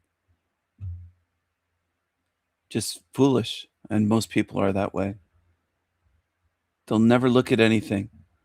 They just do what she does, grab things and go along with it. Most people don't think. They're like her. They don't think. And so I know that I'm taking all of this on, but as I'm taking on all of these really dense experiences, the other side of the experience is coming with it, the dual of the experience, right? Because we live on earth and it's duality. So I didn't just pick addiction, I also picked recovery. And I didn't just pick poverty, I also picked wealth and abundance. But none of those things had happened in my life yet. So all I'm seeing is like trauma, tragedy, dereliction, degradation, homelessness, prostitution. I'm like, yep, those boxes clock. I guess somebody will just put these other. It's teaching you, though, all the shit you mentioned, isn't it? What is it teaching you? She'd scratch her head. It's teaching me something spiritually. You just, they just make you suffer and you have Stockholm syndrome and say, thank you. Thank you. I chose this suffering. What a dupe. What an absolute dupe. Now, most people would not be saying this about her. Most people would feel sorry for her. Go ahead. See if it changes this realm. See if it changes anything. But none of those things had happened in my life yet. So all I'm seeing is like trauma, tragedy, dereliction, degradation, homelessness, prostitution. I'm like, yep, those boxes clock. I guess somebody will just put these other ones back when I go to check out because like those aren't part of my life. And the one part of the story that I really like to talk about is that when I picked the box of childhood sexual trauma, a little orb of light came out with the box. And that orb of light was the soul of the man who molested me when I was a little kid. And we came orb to orb with each other and we came into a contract. And I felt this all happening in this moment. And as the contract was sealed between the two of us, I just felt this unconditional love that we had for one another, that we were going to play these roles. And yeah, it's just playing roles. He really loves you. That's why he molested you. That really makes sense. Sounds like you got Stockholm syndrome mind fucked completely. And you don't realize it. You don't have any self-awareness. You got duped. When I was a little kid, and we came orb to orb with each other and we came into a contract. And I felt this all happening in this moment. And as the contract was sealed between the two of us, I just felt this unconditional love that we had for one another, that we were going to play these roles. And my human mind cannot comprehend how could being such a terrible villain in someone's life equal unconditional love. And I don't have some great, carefully constructed spiritual sentence to help people understand. I just know, like I have this deep, innate knowing inside of me that I did choose that experience. And it was for the evolvement of myself, whatever that means. And so in this moment of being downloaded with all of this information, seeing these scenes play out, the characters in my life and all of these pre-chosen things, I realized that, oh, I'm not a victim. I've never been a victim in my life. I've actually been a divine co-creator of my experience this entire time. I just had no awareness of it. And so I'm like lit. I'm so excited. This information is amazing. It's tits. This is the best thing that I could ever learn about Earth. And so I go back in front of the table of beings and I'm like, oh my God, guys, thank you so much. Yes, I'm so glad that I came here for this information. This is the information I've been searching for my whole life. I am so grateful. I'm still not going to go back to Earth because that place is a fucking dumpster fire. But I will watch this Great Awakening show from up here. I'm just going to go grab my PJs and a bowl of popcorn. I'll curl up on the couch. What's your streaming service? Is it Earth TV or something? Whose password can I borrow? I was like very dead set on just staying in that space. And they just told me like, listen, you're not going back as a punishment. They said, you're going back because you've been training for lifetimes, for this particular lifetime. And we're not going to let you miss your opportunity. This is the most exciting time to be on Earth. You're there for the transformation of consciousness. We're not going to let you miss it. And I was like, no, I'm okay with missing it. Like, I'm totally okay just from watching from above. Like, I have no desire to go back. And then I could see my body outside of myself blasted out on my bathroom floor naked from this drug overdose. And I said, I can't go back into her. Look at her. Like, she is a mess. That's embarrassing. And I won't go back. You can't shove all of my divine infiniteness back into that horror show of a person. Please don't do that. And they said, okay, well, if you don't go back into her, then we're going to show you the baby that you're going to be born into. And they showed me this little baby. It looked just like a video game. Everything in my experience looked a lot like a video game. Her little 3D avatar popped up. She was rotating slowly, 360 degrees. All of her stats popped up next to her. And she was going to have an even more challenging life than the life that I had already lived. And I was like, this is impossible. Like, there's no way that I can start from zero. That just seems, that's too much. So if these are really my only options, go back into the glitched, broken body that I just came from, or be reborn into a baby with an even more challenging life, then I'm going to choose the body I just came from. And as soon as I made the decision, my awareness started to sift back into my body. And as it did, the beings of light told me that my life was going to be amazing. It was going to be nothing like it had been before, that I was going to have soulmates and kindred spirits and connection and community and mentors and teachers. And I'd be living in spiritual awareness and I have access to them. And it was going to be so, so, so much better. And all I had to do was just trust them. And I was like, I don't even fucking know you, bro. I definitely don't trust you. I came back into my body after that. And I sat up on my bathroom floor. I shook my head. I thought, wow, I was so high that I thought I was talking to God. I was so high that I thought I planned my whole crazy effed up life. That is wild. And then I just went right back to living my life the way that I had always been living it. I went back to prostituting myself. I went back to using drugs every day. I went back to lying and manipulating and stealing from people and places and things. And I just really didn't think that it was a spiritual experience. It took me months to figure out that it was. Wow. Okay. And I want to ask about how that change, that shift happened, but I first have so many other questions. So first of all, thank you so much for sharing your story. I mean, let's start towards the beginning. When you had your life review, how were you viewing these scenes? Was it also like a video game screen, as you're saying, or like movie? Yeah, it almost looked like a movie reel, or like an Instagram reel, but it was more like a movie theater. It just kind of looked like a show playing out, but then it would go from like a 2D on a screen to like 3D in front of you. And like when it was 3D in front of you, that's when you could really feel the feelings. Wow. And did you see any like happier moments, or was it focused on the negative?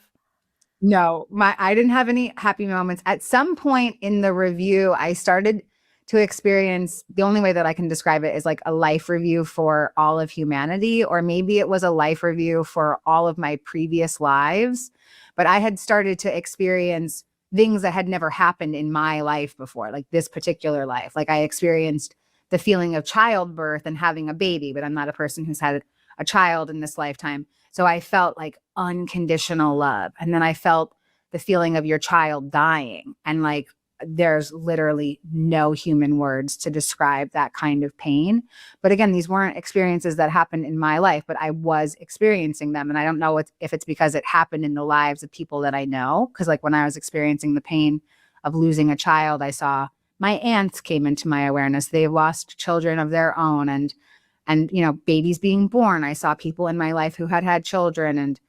It was, so those were the good feelings that I felt. I felt like marriage, I felt love, but it felt like it was collective and not my life. Okay.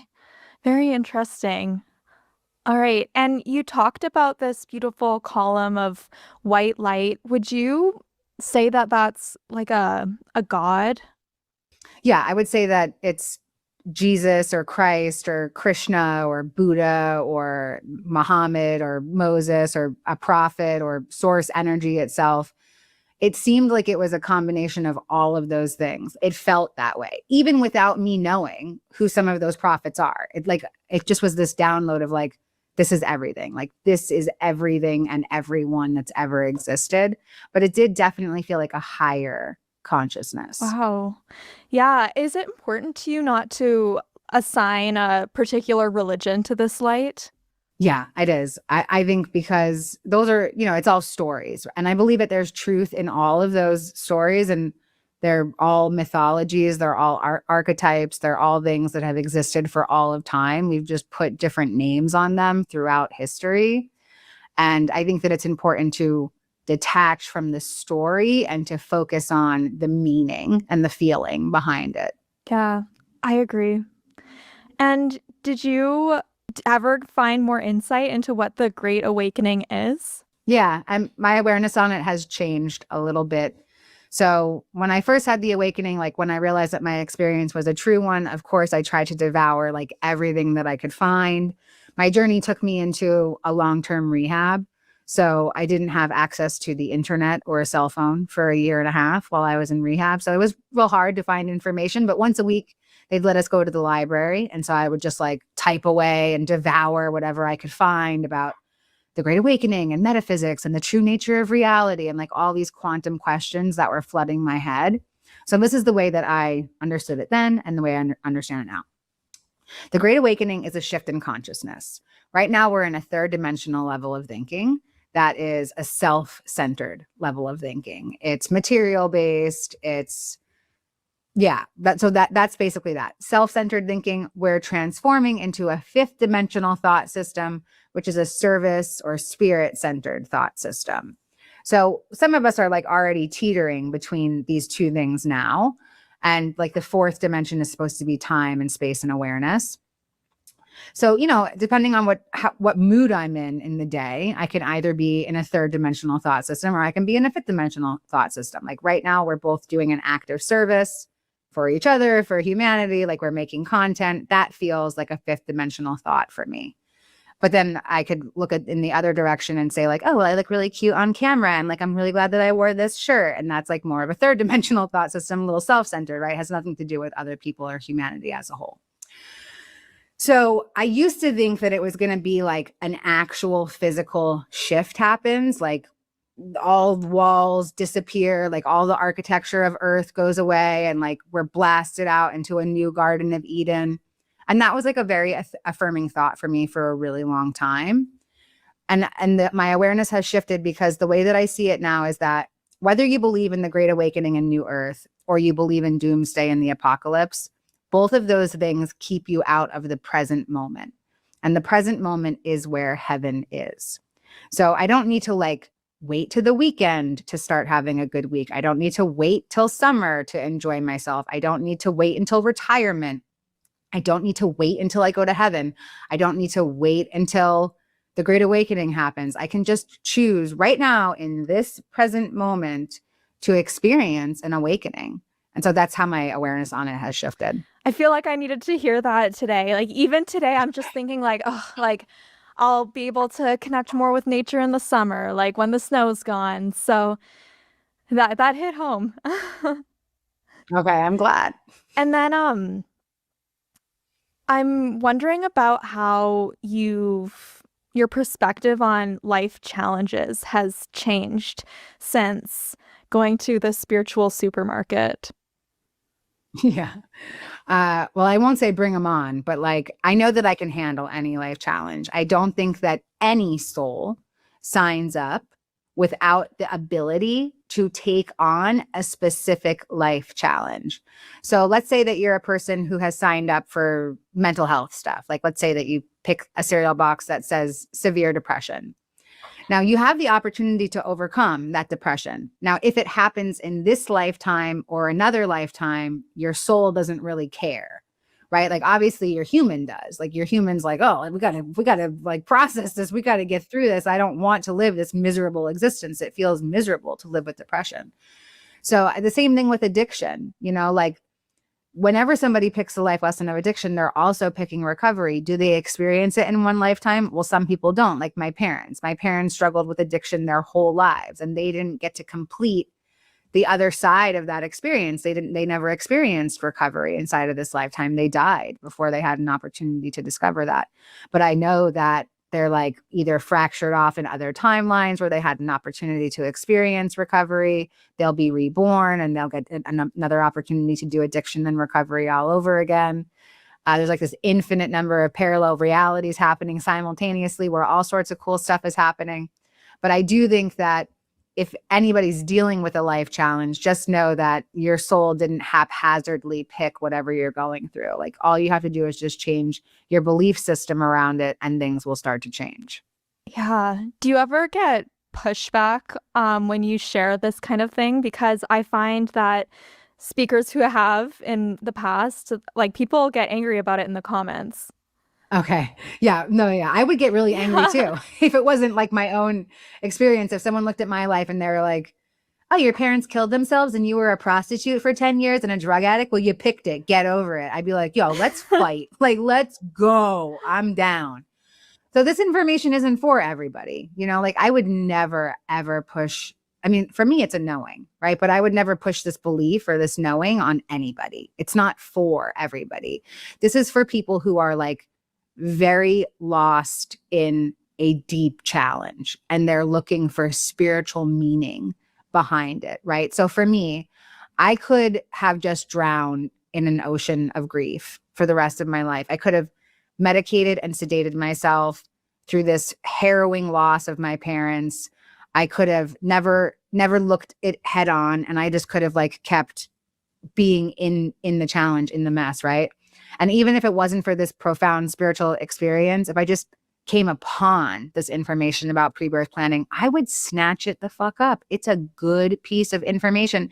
It's a nice belief to integrate because it takes all this pressure off of everything. If my life is predetermined, why am I freaking out about like, where's my soulmate? When is he coming? Like we already picked each other. I don't have to do anything. I just need to like relax and be set up for when it happens. I don't have to worry about my purpose. I don't have to worry about money. I don't have to worry about connection or community or anything. All of it's already been picked. So for me, it's a belief system that serves me, but it doesn't serve everybody. I would never go up to like a grieving mother who's just lost a child and be like, you planned it, get over it. I would never, that's terrible. And the idea around pre-birth planning can be very easily weaponized by people who are like, think that they're spiritually superior. Again, this info isn't for everybody. If it doesn't resonate, just leave it behind. I mean, you don't have to, who am I? I'm like some old crackhead prostitute. Don't listen to me. The end. Just turn off the YouTube. No, well, I do agree. Like I found it very comforting as I've gone through difficult things in the past few years. And I think it's like, take it if it resonates with you and leave it is just a good lesson as anyone explores their spiritual journey. And I think that's something that I've learned a lot is that I don't have to really commit myself to one religion. I can form a personalized understanding of what I believe of the world through my own experience. Absolutely. And that's so beautifully said. And the thing about, especially when we dive into different faiths and different religions and cultures and stuff, is like, don't throw the baby out with the bathwater, right? Like the Bible, yeah, there's like some weird stuff in there, but there's also some little gems that are in there too. So like, I'm going to pick out the gems and I'm going to leave the rest behind. And yeah, I love the way that you put that. I'm just going to design my own thing because nobody says that I have to fit into somebody else's box. Like literally, it doesn't say that anywhere. Exactly. And how many lifetimes do you think you've had? You allude to restarting challenges and stuff like that. Do you think you've come back a lot? Oh yeah, I've been here for the whole of the earth experience. I come over and over and over again. I'm always bitching and complaining about it. And then I still come back because it is the coolest place to be. You know, like if you get into some of the information that Dolores Cannon has, and like when you go into further into the Great Awakening, they say that Earth is like the Ivy League of spiritual schools. It's the hardest school to get into. And like, we're all so lucky to be here. We're the bravest, strongest, smartest souls. And I've always thought like, is it actually, or is it like this school for like pregnant teenagers and bad kids? Like, are we sure that it's Ivy League? But I will say that the idea around being able to overcome, once you can actually get on the other side of it, Earth is incredible. When you can actually experience that contrast between suffering and unconditional love, I can't imagine that there's any other star system or any other experience in all of eternity that can duplicate the amount of contrast that we have here. I mean, I hope not. Like, I hope this is the hardest level. Like, oh my God. Okay. Okay, so tell me about then how you were able to learn what you saw. You were able to integrate it into your life and how Conditional love. I can't imagine that there's any other star system or any other experience in all of eternity that can duplicate the amount of contrast that we have here. I mean, I hope not. Like, I hope this is the hardest level. Like, oh my God. Okay. Okay, so tell me about that. The amount of contrast that we have here. I mean, I hope not. Like, I hope this is the hardest level. Like, oh my God. Okay. Okay, so tell me about then how you were able to learn what you saw. You were able to integrate it into your life and how you were able to recover from addiction. Yeah. So, after my experience, again, I just like walking around like I'm the same zombie drugged out person that I always was. And then I experienced a spontaneous healing out of heroin withdrawal. And after that spontaneous healing, I was like, oh, maybe some weird shit is going on. Like 1 second, I was like shitting all over myself, puking, sweating, dying, writhing in pain. And then 1 second later, I was completely well and healed and fine. And when that healing happened, I felt so unworthy because I threw myself on the ground and I was crying out to a God that I didn't even believe in. And I'm screaming to God and I'm like, how could this be happening to me? I don't believe in you. I don't believe in this. Like, you could literally not have picked a more unworthy subject to bestow this kind of grace on. Why do I get to experience healing? I'm a prostitute. I'm a drug addict. I'm homeless. I'm a degenerate. I'm a derelict. I'm a burden on society. I'm an orphan to suicide. I've lied and manipulated and stolen from countless people. Why would you bestow me with this kind of grace? And then I just heard kind of a collective chanting back at me, and they were saying, but you're worthy of all the love in the universe. You're worthy of all the love in the universe. You're worthy of all the love in the universe. And they just kept saying it. And I didn't believe them. Right. But I knew that something happened to me. And so then after that, I thought that I was Jesus. And I went out acting like I was Jesus. For many weeks, I was like literally laying my hands on homeless drug addicts. And I was like, I can heal you. I have the power to heal. Someone healed me and now I will heal you. It was totally crazy and chaotic. I literally walked into an RV dealership and I said, hello, I've been sent here by God on a mission. I'm supposed to preach the word of higher consciousness and heal the masses. And the guy was like, okay. I said, I'm going to need an RV to do that. He said, okay, all we need is your license and a credit card. And I was like, oh, I don't have those things. I don't have a driver's license. Nobody told me, God didn't say anything about a license or money. I'm just here for an RV. So I swung into spiritual psychosis is what the picture I'm painting, right? Okay. So that happens. And, it was like this huge kind of pendulum swing where it was like self-deprecation, like you're a worthless piece of shit. You're not worthy of anything. And then, oh my God, you're the Messiah. You're the second coming of Christ. How cool. And it just kept like kind of going in these huge extremes back and forth. And, just like through these miracles and synchronicities, like I found myself on a train and there was nobody else on the train, which is weird in New York City because 9 million people live here. But it was the middle of the day, nobody on the train. Guy steps inside the train car, sits directly across from me. And around his neck was this big blinged out emblem for a 12-step fellowship. And I heard a voice in my head and it said, that's your path. That's your path. Like, that's it. Like, here he is. And so I asked that man on the train if he was going to a meeting by any chance. And he was going to a meeting. What a weird coincidence. Oh my God, what a miracle. And he took me with him and I just kept making meetings. And the next day I went to a women's meeting. And when I walked in, I didn't look the way that I look now when all this was happening to me. I mean, I looked crazy and psychotic and I was dirty and I had huge holes all over my face and my arms because every time that I got high, I thought that bugs lived inside of me. And so I would rip my skin open and pick myself to pieces trying to get the bugs out of my skin. I was missing most of my teeth. These are paid for. And So when I walked into the women's meeting, like it was very obvious that I was new because I looked destroyed. And this woman hugged me when I came in, and she hugged me so, so tight. It was so loving and it was so pure. And she whispered in my ear and she said, "You are worthy of all the love in the universe. You are worthy of all the love in the universe."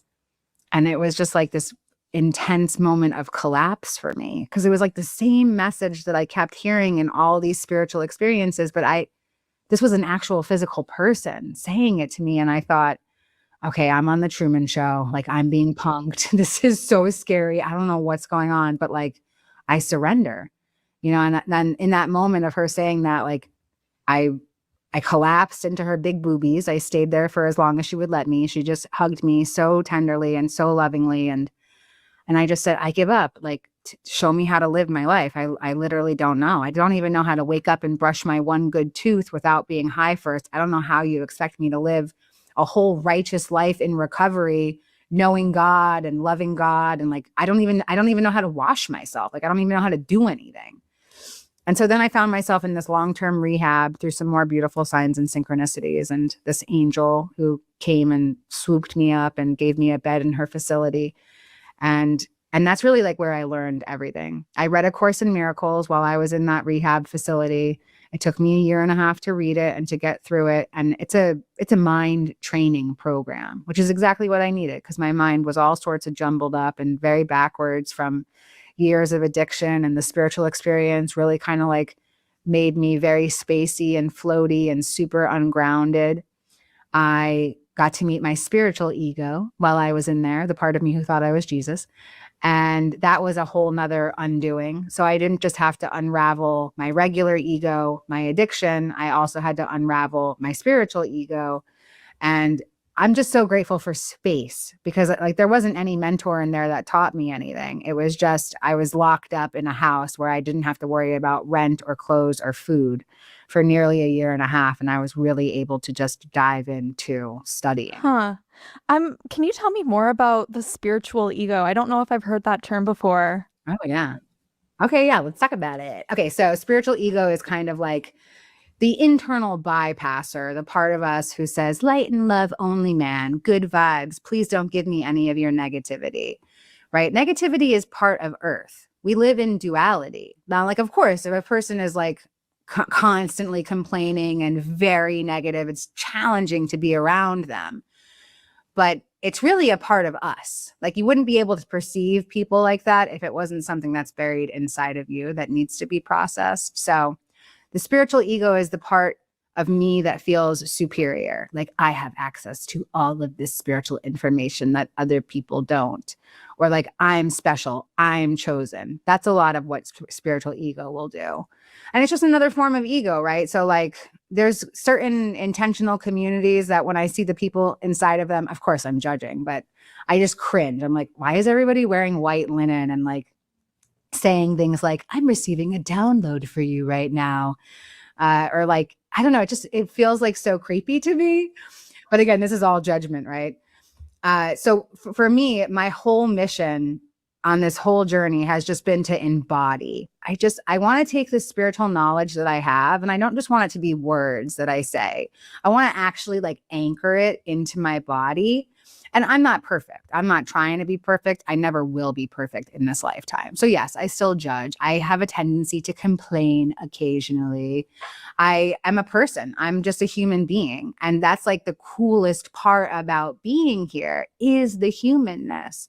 I come upon so many people who just want to elevate, talk to spirit guides, talk to source, talk to angels. And it's like, what about the fact that your spirit wanted to come here? Like, why don't you just do what your spirit originally wanted to do and just be a human and enjoy being a human with all of its facets?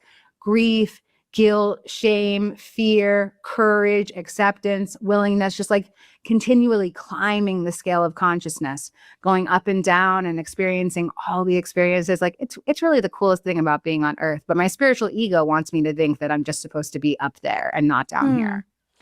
Yeah, I mean, it's something I've heard a couple times in different interviews. It's very okay to not want to connect with your spirituality if that's the path that's right for you, because you're here to experience what's here. So that's interesting you say that. Yes. Yeah. And there's a way to do both, right? Like that's what balance is. So like picture the yin yang, it's like, it's physical and spiritual. Like in the Baha'i faith, they have this really great quote that I will definitely butcher, but it says like that we all have these two wings, and one is the physical and one is the spiritual. And if you only spend time developing one wing, what happens? It gets super buff and then you just fly around in a circle. You can't go anywhere. So it's really important to develop both parts of yourself while you're here so that you can actually take flight and move forward. Yeah.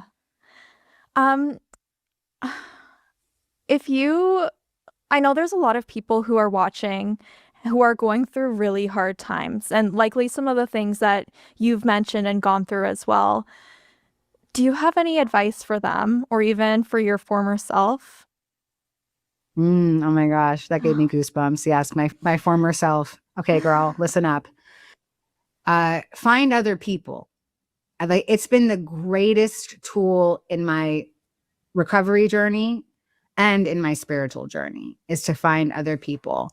I feel like there's a part of me that always wants to isolate, especially when I have shame around what's been going on in my life. So if there's somebody out there who's dealing with addiction and feels very shameful about it, it's very hard to find other people and say, hey, I need help. One of the things that I learned in rehab, they had like all of these crazy rules. You had to ask somebody who had been there longer to go into the refrigerator for you.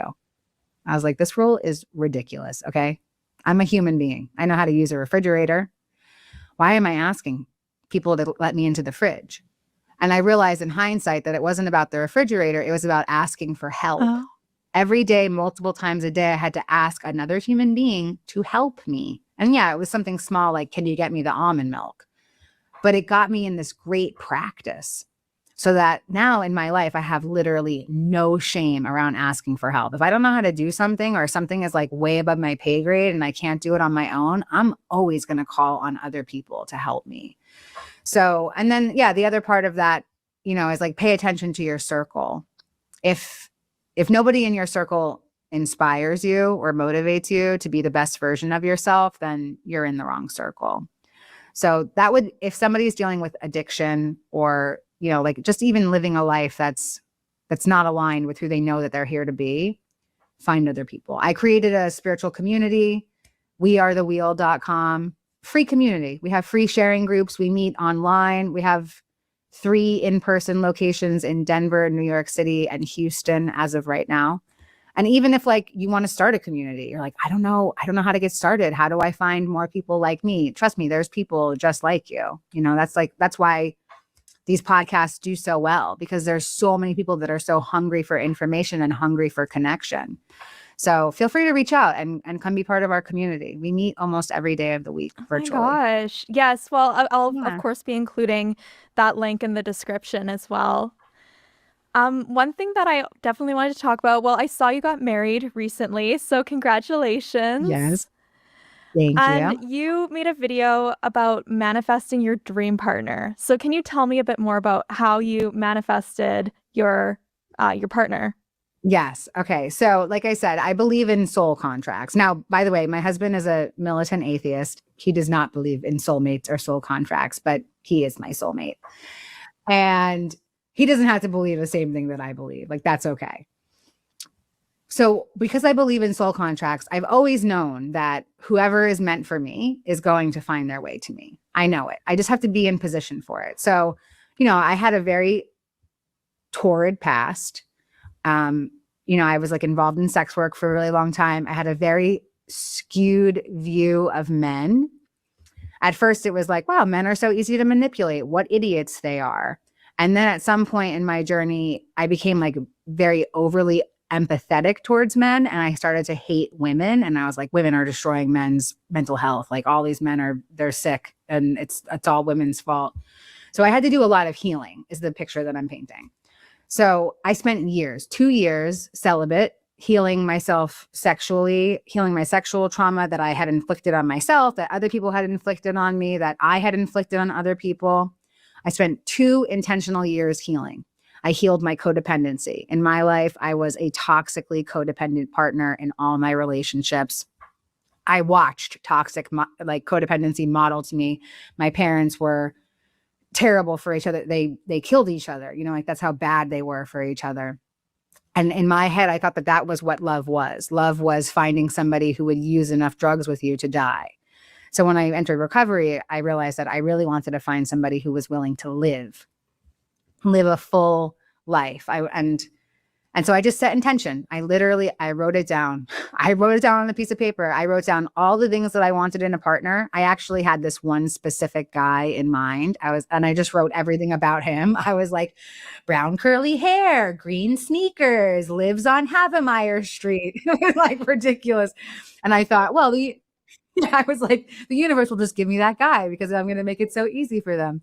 But at the core of the list was like, the virtues that I wanted in a partner. I wanted somebody who was hardworking, somebody who was honest, someone who was funny, someone who was kind. Just, you know, like minus the green sneakers, doesn't have to happen. The universe wasn't going to give me that guy, even though I really wanted that particular guy. And instead, the universe presented me with my partner. And I was very hesitant at first, again, because I was obsessed with another man and I really just wanted him. And then once I gave it just like a little tiny inch of interest, I realized, oh, I know this man. Like I didn't know him, but everything felt so familiar immediately. It wasn't a feeling that I had ever experienced. Usually in my life, when I would start dating somebody, I would feel like this very nervous kind of butterfly, like on fire feeling. Yeah, that's your nervous system saying like, hey girl, make a U-turn. This is not for you. When I met my partner, it just felt like calm and peace and almost a little bit reminiscent of what heaven felt like. It felt like a reunion. I was meeting him for the first time, but it felt like it was a reunion of something very old. So I think the keys to manifesting your dream partner are to get very clear on what it is that you want. Get very intentional. Find out what your underlying wounds are, right? So if like you keep manifesting the same guy in a different jacket, like same guy, different human costume, the personality, like I hear so many empaths are like, I keep attracting narcissist men into my life. It's like, maybe that might be you. You know what I mean? Because you're sure making all this relationship stuff about yourself. I don't know. But you have to like find all those wounds, all the things that keep getting mirrored back to you and start to heal them. You got to heal those underlying blocks. Yeah. And do you think these people, if someone's having the same kind of person walk into their life over and over, there's a lesson they have to learn from? Yes. And sometimes the lesson is just walk the fuck away and don't wait like well past the expiration date to do it. Like when you see it and you see the red flag, instead of being like, well, maybe I can fix him. Maybe it'll be different. You just say, you know what? This one's not for me. This is for somebody else. I already learned this lesson. I don't need to learn it again. The thing about Earth School is that we will very happily go back into an old classroom. Like you already passed biology 101. Why are you still in the lab for it? Like just take your little happy ass out of the room and go walk into biology 202, like go into a different class.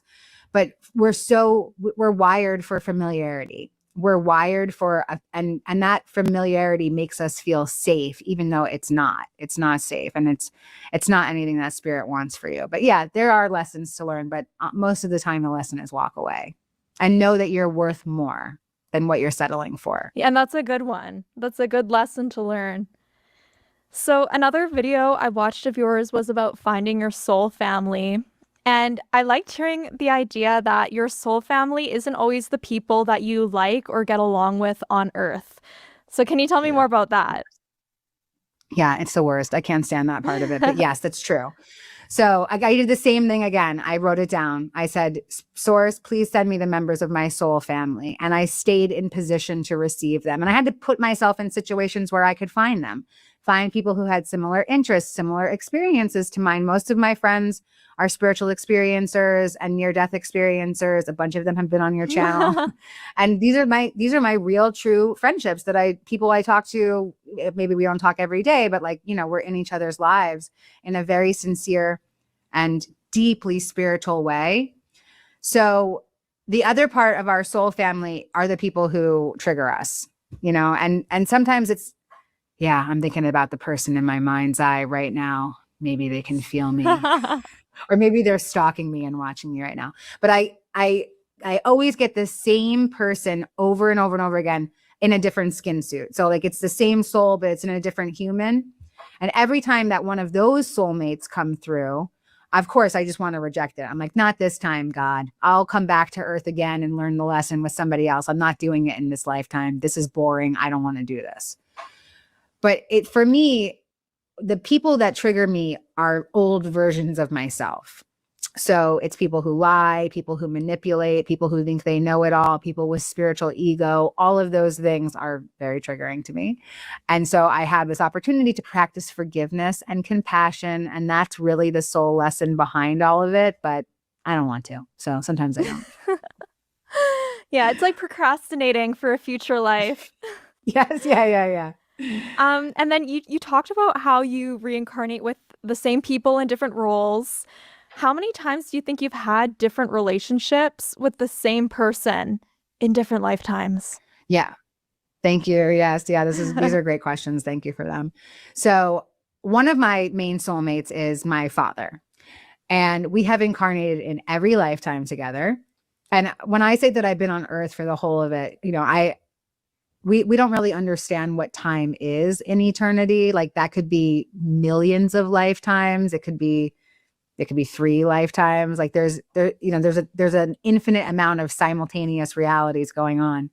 But we've incarnated over and over and over again. And sometimes we're husband and wife, and sometimes we're siblings, sometimes we're child and parent, which is like a weird thing to think, right? That like in another lifetime, your parent was your lover. Like, that's so weird. I think I'm in so deep, because when I first heard that idea, I was like, that's crazy. And now I'm like, yeah, that makes total sense. Right.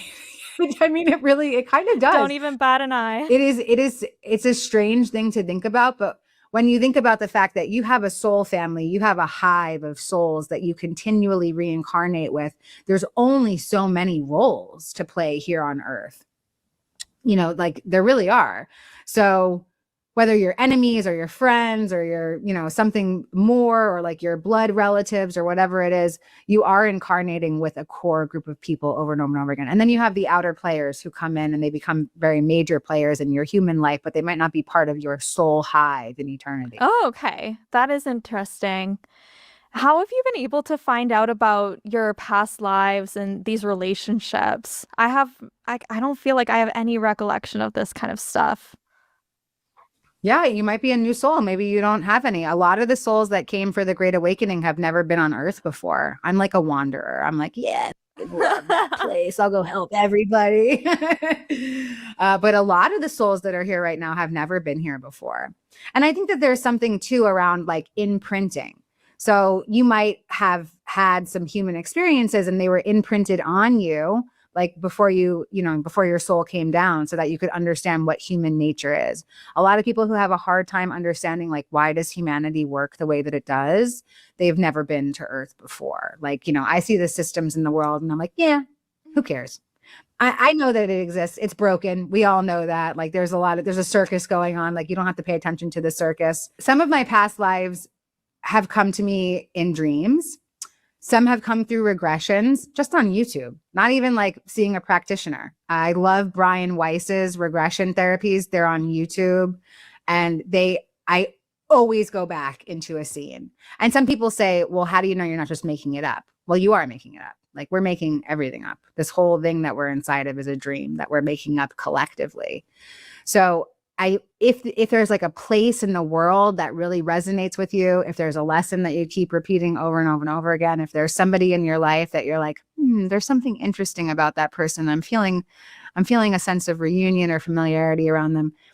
These are things that from past lives, like I've always felt a strong kinship to Egypt. I'm positive that I've lived there before.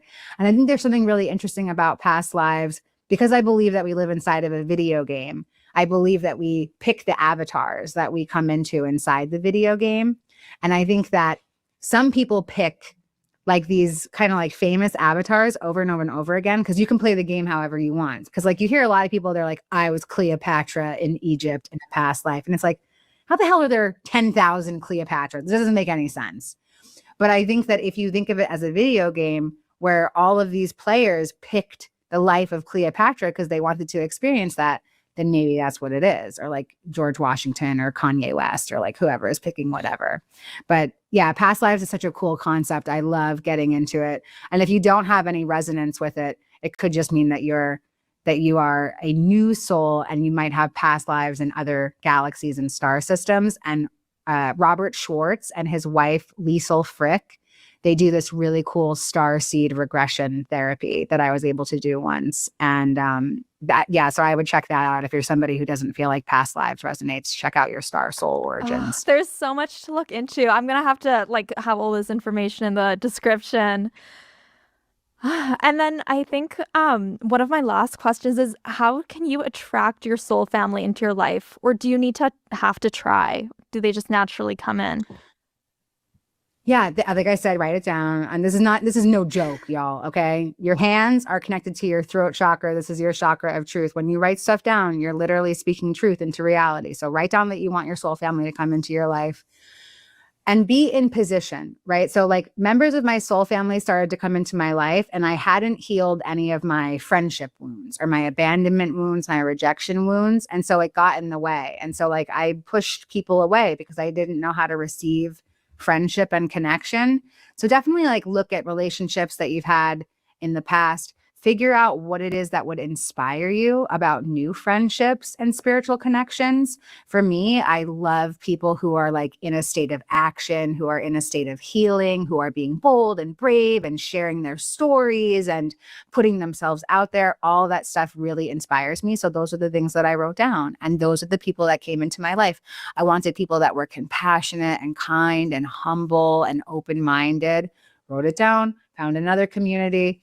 And you got to put yourself in position, right? So manifesting works like a giant echo chamber. If I say, my soul family is finding their way to me, the universe says, her soul family is finding her way to her. But my soul family is not going to find me if I'm sitting at my desk on my computer because they have no access to me. So I got to put myself out there. So I started going to like all these different spiritual events. I would like go on Meetup and Eventbrite, and I would just start looking for spiritual stuff. And man, I found so many incredible people going to spiritual conferences and acting like a child, like acting like a kindergartner, right? Like being so excited to meet new people instead of being scared, like, oh my God, they're going to judge me. Will they like me? Is my shirt okay? What's going on? Are my eyelashes on? Instead of being like that, I was just like so curious and so excited. Like, oh my God, are you my friend? Are you my person? Like, let's hang out. Like, let's see what's happening. That childlike wonder can just call in, like, so dial into that joy and allow other people like that to come into your life too. I love that's really good advice that I haven't really heard before. You should try to play it cool. I feel like my energy is very like, people always think I'm anxious when I'm not anxious. I just have like a very high, like maybe buzzing energy, and I am anxious a lot too. So sometimes they're not wrong. But yeah, I do like the idea of like childlike, like high energy, like curiosity instead of trying to play it cool all the time. Yes. Oh my God, it's so lame. Yeah. The greatest gift that you could give your soul on earth is to be authentic. And being authentic means not giving a fuck what anybody thinks about you. It doesn't mean that you have to be harmful. It doesn't mean that you have to trauma dump on everybody. It just means you detach from the idea that anybody's judgment matters more than, for me, it's more than God's judgment. God doesn't judge me, so I don't really care if anybody else does. I love that. So for people who are watching this and want to learn more about you, connect with you, what are the best ways for them to do that? Yes, I'm on all social media. My handle on everything is Buddha Betty. It's a play on words. I'm not really a Buddha. Not yet, anyway. And I would love to connect with anybody. Like I said, I helped co-create a spiritual community. It's a community led by the peers inside the community. There's no teachers, there's no leaders.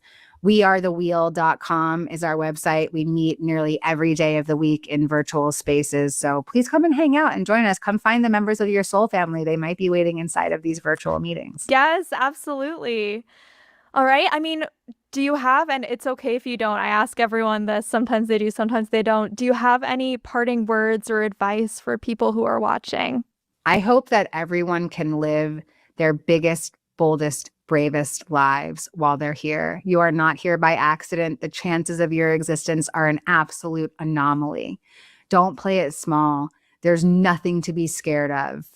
Like death is lit, so you don't have to be scared of death. And other people don't really exist. So just keep on moving. I think the biggest lesson that I've learned in this lifetime is that I wasted a lot of time caring about what other people thought and a lot of time not dealing with reality. And in hindsight, I just think that's so silly. Like when I think about the larger picture, like I zoom out, right? Like we're floating around on a rock in the middle of outer space. You used to be a sperm inside of a testicle. You were cooked inside of a human body. You were shit out of a vagina. And now you are a person who deals with emotions and anxiety and fear of judgment and like all of these things. And it's crazy. Like we are actual miracles and aliens. Like we're like our existence is so weird. It's so weird. So just like take a couple minutes in contemplation around that and figure out where you're playing it small and where you can slowly start to take those baby steps to be a little braver and bolder. You can borrow some of my courage if you need to. Aw, I love it. And we are the bravest volunteers who came at this time. So true.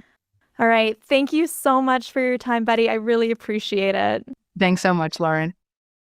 Thank you so much to Betty Guadagno for her time and this incredible interview. I've included her links in the video description. And of course, as always, thank you for watching this video on T&H Afterlife. Please subscribe to our channel because it helps us grow and reach new people. And you might have heard, but we have released 2 canvases that you can hang in your home or office. One says everything is connected and the other says nothing is accidental. If you're interested in them, you can visit the link in our video description. Thank you so much.